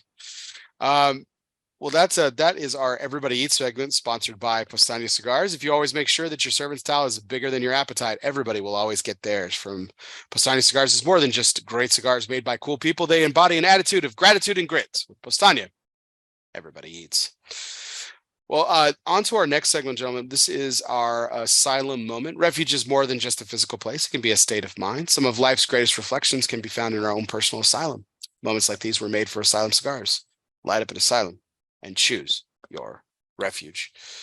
So, gentlemen, we are celebrating my birthday tonight. So, this next question is about birthday cigars that you've smoked on your birthday. Maybe you were alone, maybe you weren't. I know this segment is normally about smoking a cigar alone.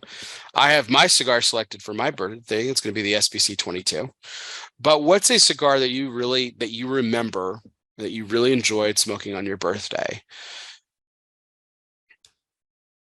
I smoke the same cigar on my birthday every year, Padron 80th. So it's one of those, like, look, it's my favorite Padron, but I purposely only smoke that cigar birthday if I can find a place during like the holidays, Christmas Eve or something like that, or some celebratory, I guess, if you will. So every birthday, so on my birthday, I will smoke an 80th Padron. Nice. I wish I went first. For me, it's actually the Millennium. The Davidoff Millennium? Padron Millennium. The Padron. Okay, gotcha. Yeah, and by the way, shout out to Mr. Mike. He gave me one, and I have not smoked it yet. I reference, people are like, because they'll see my humidor and they'll be like, "What's your favorite? Whatever." I go, I can tell you what my most expensive cigar in there is, the Padron Millennium, and I still have the one you gave me, and I haven't smoked it yet. You got to smoke that on your birthday on the 15th. Maybe I will this year. Yeah, maybe that's what I'll do. Maybe I'll change it up this year. I'll smoke that. Yeah. Damn, man, that's that cigar. Somebody gave me the first one I ever had. His name was Aaron Eckhart. I don't think he's in the industry anymore, but he was a sweetheart of a guy, and he gave it to me when my kid was born, and I smoked it. And I was like, holy shit. And then I smoked a few others for my birthday. And that's for me, that's a fucking amazing cigar. And when we sold out of them at the store, I took the humidor home, and I take everything out of the cello and I make sure that they're all in the humidor, because it's extremely cedary, to try and get some more of that flavor profile into the cigars that are sitting in my humidor. They don't stay there long enough because I smoke all of them. But that cigar, I think it was fucking amazing. A distant second is the 50th Maduro Toro. I think that one's really good too. So I'll smoke that. Yeah, I'll smoke that. There are some similarities in the profiles for sure, but if I got a case of the Fuckets, I will grab one of those and bring it home and say, I'm smoking this tonight. Whatever. I've never had the Millennium. The 46 Maduro is still my favorite Padron by far. Really? Yeah. I wish I knew that when I had them. I would have happily sent you one, dude. Well, thanks, Mark. I appreciate it. Unlike Aaron, I would have smoked it. So, says the man who's got the SBC from July. I wanted something special for tonight, Mike, because I knew I was going to have you on sometime in the next couple of months. So, and you went to great lengths. You and your brother went to great lengths to get that to me. So, man, it means a lot to me. Oh my God! I didn't want to just light it up on a Tuesday. I'm gonna light it up on a Thursday for my birthday. Listen, light it up on a Tuesday, because Wednesday's not guaranteed, bro. Amen, brother. Fair point. It says the guy that's been sitting on the Millennium for year and a half now, or 2 years.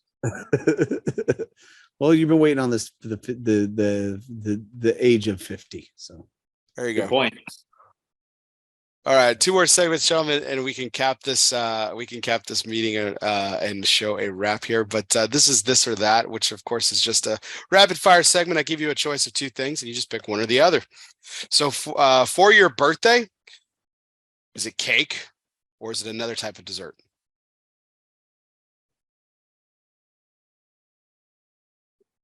Aaron. That's a tough one. I'm a sucker for, okay, so I love caramel, chocolate, and peanut butter. And Baskin Robbins has a chocolate caramel peanut butter pie, but it's ice cream. It's an ice cream pie. Like literally, I will fucking just destroy that thing. But my wife makes a good chocolate cake. Sorry, Barrett, can't share that with you because you're allergic, but It's all right. It's gotta be a good cake. I'll have to go the other. I'll go like the ice cream pie because She can make me a carrot cake when I get up to Chicago. Or rock. And a list of people to kill. What's that? And a list of people to kill. Right. I got a problem with you people. Oh shit. So I'll say the other. I'm gonna go Other pie. Other. Okay. Mike? I don't know if this qualifies, but it's ice cream cake. I love ice cream cake. Yeah.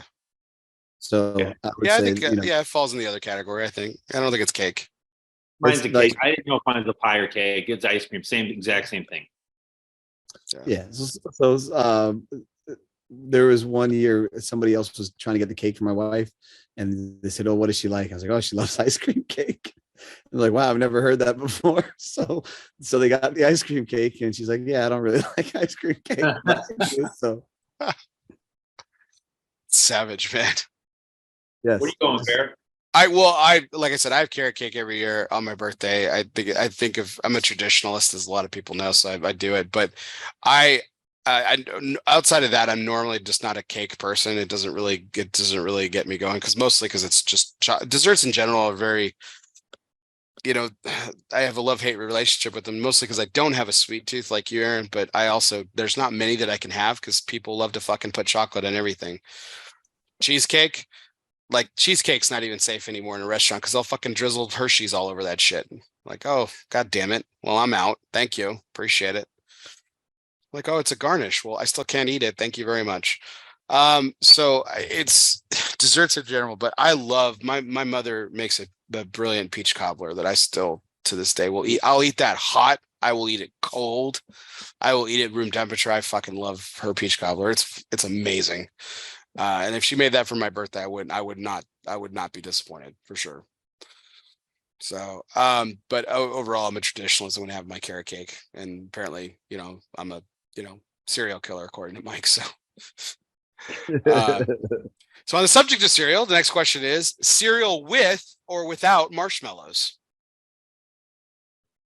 With.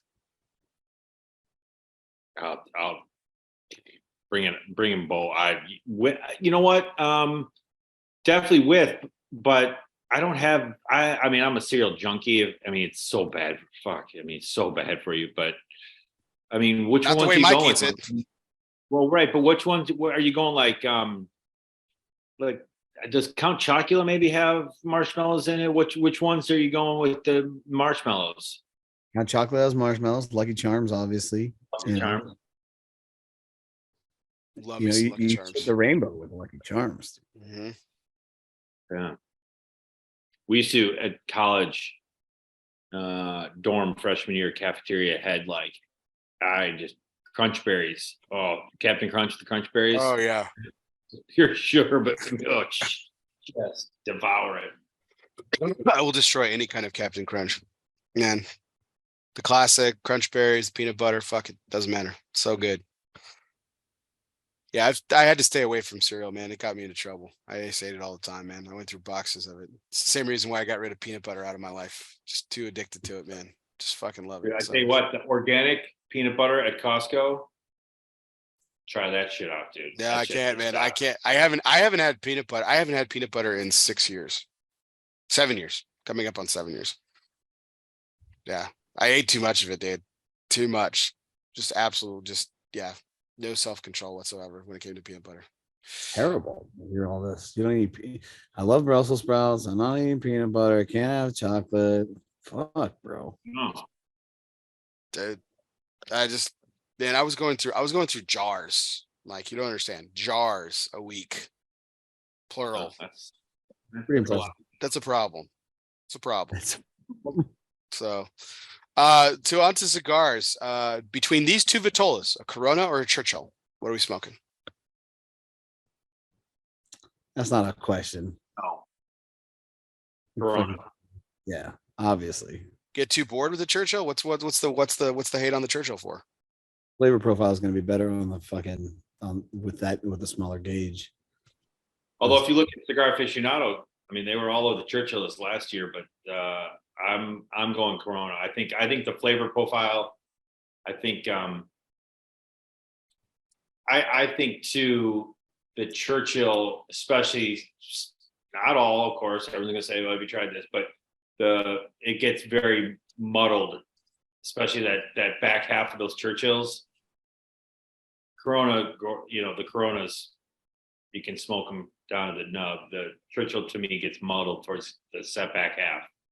Yeah, and if you really want to smoke another Corona, you can just smoke another Corona, right? But if you're committed to that Churchill, and you got to give it up halfway, no bueno.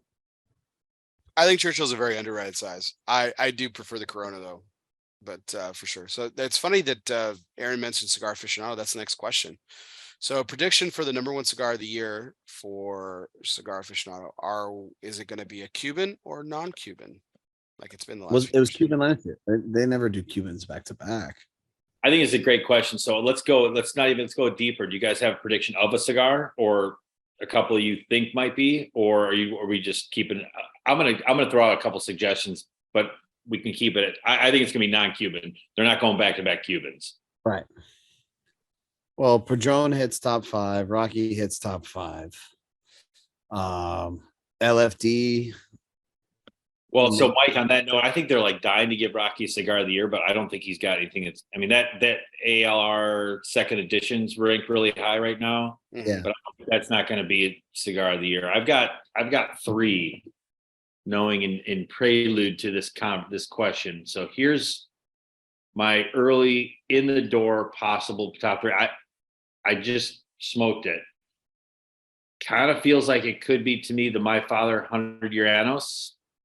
Could be maybe the Monte Cristo, the 1935, the Diamante. Yeah. I think that could be. And then some reason it feels like it could be an Opus year.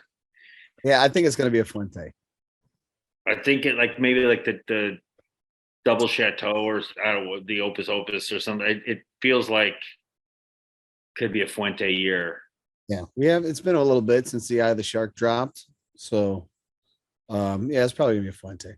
Those are my 3 early.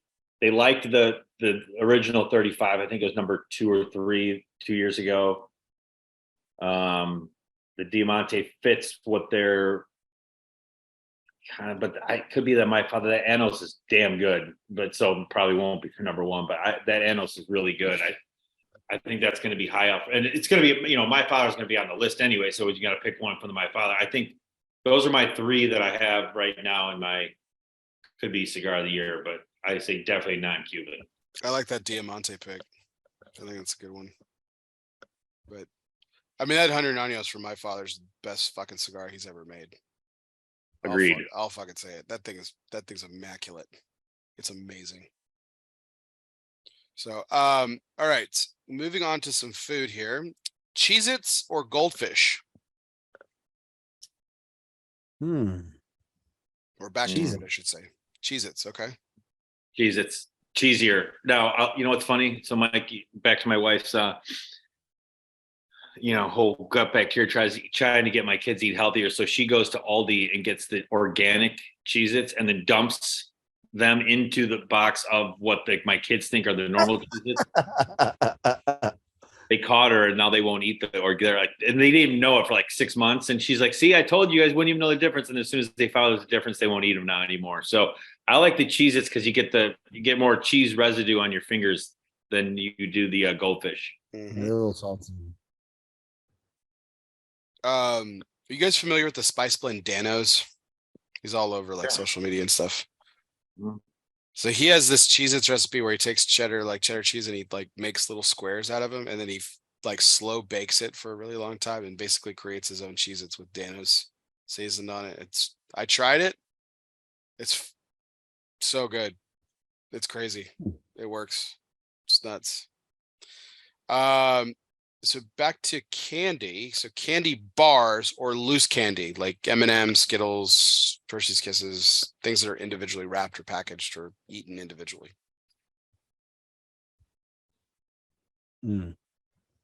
I'll go bars. I mean, I'm a fucking sugar holic. It's too much time. Like like Reese's peanut.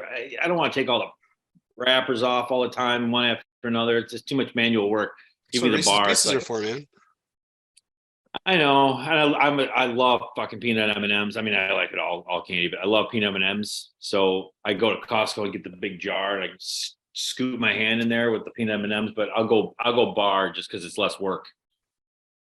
Yeah, I think that I go pieces in general. More peanut M&Ms, or I do like having like Hershey Kisses here. Because for one, I won't eat a ton of it, which is full, for the same reason as to why you hate it, is the same reason why I like it. Makes sense. Don't get me wrong. If it's in front of me, I'll fucking start unwrapping this shit. I don't care.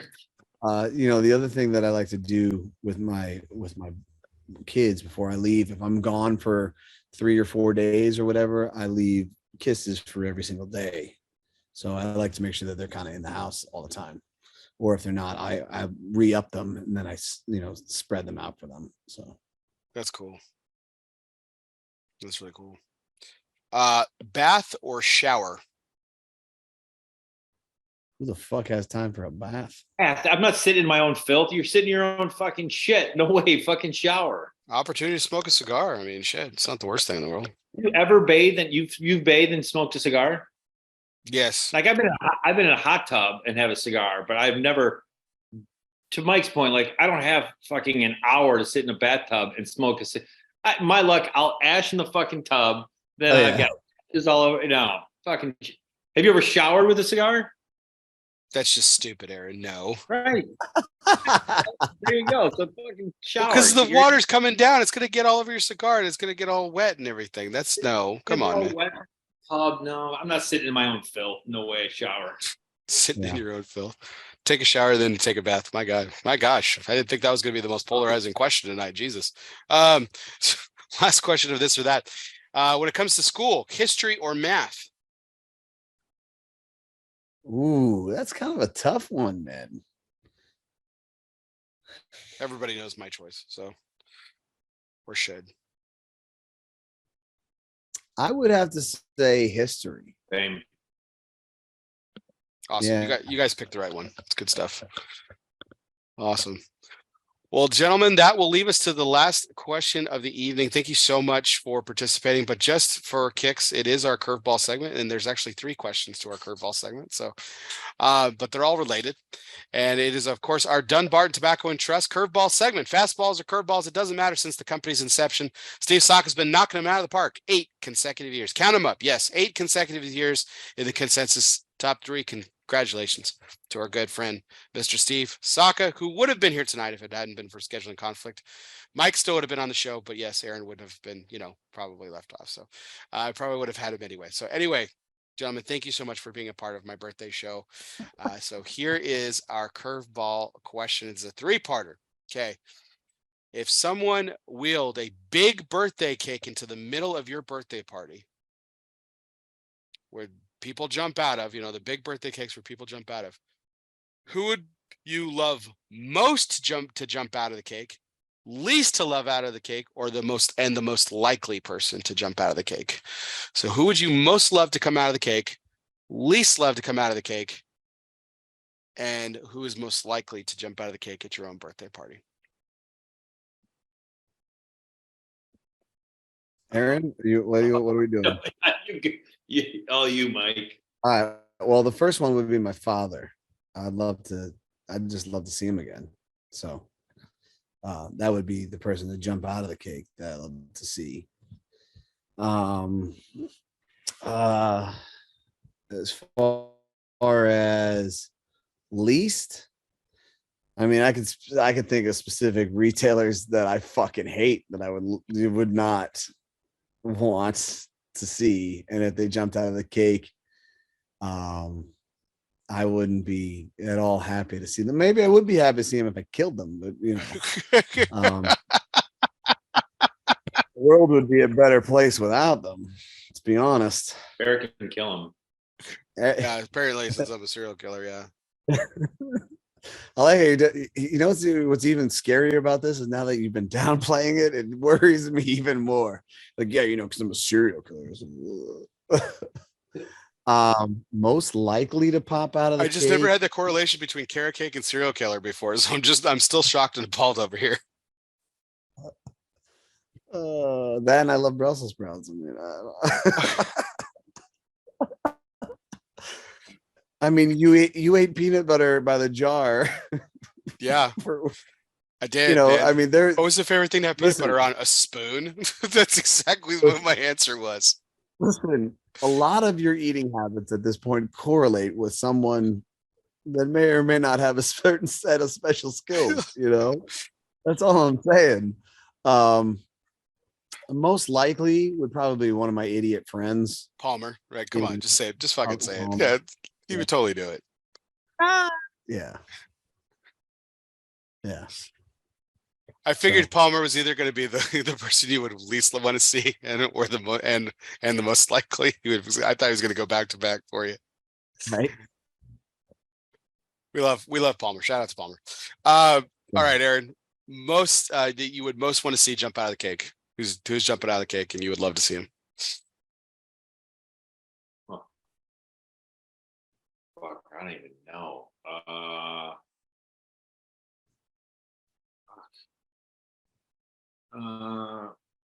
Oh, jeez. Well, least likely to jump out of a cake is my dad. I was gonna say. I was hoping you'd say your dad. He's not jumping out of a fucking cake. I can tell you that. Least likely he would not jump out of a cake. Most like to see. Gosh. Wouldn't you love to see your dad since you said he wouldn't do it? I don't know about that. Fuck, who would I? Well, most likely to. I'll probably have to steal Mike's answer. Probably one of my idiot friends would jump out of a cake, but it'd be like, dude, what the fuck are you doing in a cake? Right. Who would I least like to see? That's somebody like I don't know, probably like an ex-boss or somebody that I don't want to fucking deal. Somebody that. Not Bunny or Yeah, there you go. Least like to see him. I'd least like to see the former drummer of Cheap Trick jump out of a cake. There you go. Yeah. I know I put that in your head, but I thought that might be your answer. Oh man, good stuff. I think I'd love to see my kid. I'd love to see my kids do it because I know they would do it, and I think they'd have so much fun with it. I'd love to see them jump out of the cake. Least love to see jump out of the cake. Yeah, I could think of some people too. Yeah, I got a couple. Yeah, probably some ex-girlfriends, maybe. Yeah, I don't know. Coop jumping out of a cake. I don't know if I would love that or hate that. I'm not sure. I don't know. I was thinking of a guy that Coop would not want to see jump out of a cake, which I think we could probably guess who that would be, but we won't name names. I mean, I definitely don't want Chevy Chase jumping out of that motherfucking cake. So I was gonna say that's what I was gonna pick for you, Chevy Chase. Yeah. Yeah, Gabe Kapler for Coop jumping out of a cake for him. God, that would be the best fucking birthday present ever for him. Will birthday cake in the middle of Coop's birthday party, and Gabe Kapler pops out. Just like we'd lied to Gabe Kapler, just like, hey, he's like your dude. He's like your number one fan. Just have him jump out. That'd be fucking great. I wonder if he's on. I haven't looked in a while, but on that. What is that where you can go and they record something for you? My dad's on it. You can pay him like, not Venmo. What the fuck? Cameo. Cameo. See if Kapler's on Cameo or something we could do for Coop. That'd be funny. God, that'd be funny. Who'd be the least likely to jump out of a cake? I mean, I think that kind of goes to Coop, per se, but yeah, my dad probably would never have done it. Yeah, probably my dad, probably least likely to do it. Probably get someone else to do it. But yeah, I thought that would be a fun curveball question for you guys and stuff. So, but guys, I really appreciate this. It's been a tremendous show. Thank you so much for the time, the opportunity, as always. I really do consider both of you very dear friends. So it means a lot to me for you guys to give up your Sunday night and celebrate my 40th birthday a little early with me, and much to Steve Saka's chagrin, celebrate the birthday at all, because birthday shouldn't be celebrated. But we do miss Steve this year, but we'll have him on later next month, so that'll be exciting, and I can maybe just celebrate my birthday a month late just to piss him off. I'll bring cake. It'll be fun. But guys, thank you again. It really means a lot to me to have I have a lot of friends in this industry, and you guys are certainly among them, and it really I'm really honored, and it means a lot to me for you guys to spend your time with me. So thank you guys for joining me. Thanks for having us, dude, and happy birthday, bro. Yeah, our pleasure. Happy early birthday. Yeah, Aaron's ready to go to bed. So everyone out there, we do No, I'm appreciate good. all those. We do appreciate all those likes, shares, and comments. Keep them coming. As always, if you're taking it in our YouTube channel, it is LS Fumar. Don't forget to hit the subscribe button. Always, we broadcast every Sunday night from Facebook Live at 9:30 Central, 10:30 Eastern. So you can check out next week's show at that time. We've got a great lineup of guests. We got Nick Melillo coming up next week, so that'll be fun. Foundation Cigar Company, and some great guests coming up, including Mr. Steve Saka later next month as well. We'll also be celebrating our sixth anniversary. We'll also be celebrated next month as well. We'll be doing that. We'll have a great show for you guys. And if you are listening to us later, wherever you listen to podcasts, whether that be on Apple Podcasts, Spotify, Google Play, Podbean, or wherever you listen to podcasts, including iHeartRadio, don't forget to hit the download, subscribe, and review button. And if you are a subscriber, do me a favor, hit unsubscribe, but don't forget to hit resubscribe, because that helps my numbers. And maybe one of these days I'll actually compete with Cigar Hustler Podcast on Podbean. Probably not, but everybody has a dream. Everybody has a dream. And mine's just going to be crushed. It's fine. It's fine, everybody. It's fine. It's totally fine. Happy birthday to me. Yes, 40 years old. 40 rotations around the sun. It's been a fantastic 40 years. I can't wait to see what the next 40 is going to bring when it has great friends already like you in it. So without further ado, everybody, it is my pleasure. This is our 200, yes, count it up, 268th take live from the Alec Bradley Lone Star studio of Azle, Texas. Guess what, everybody? We'll see you next time. Yeah.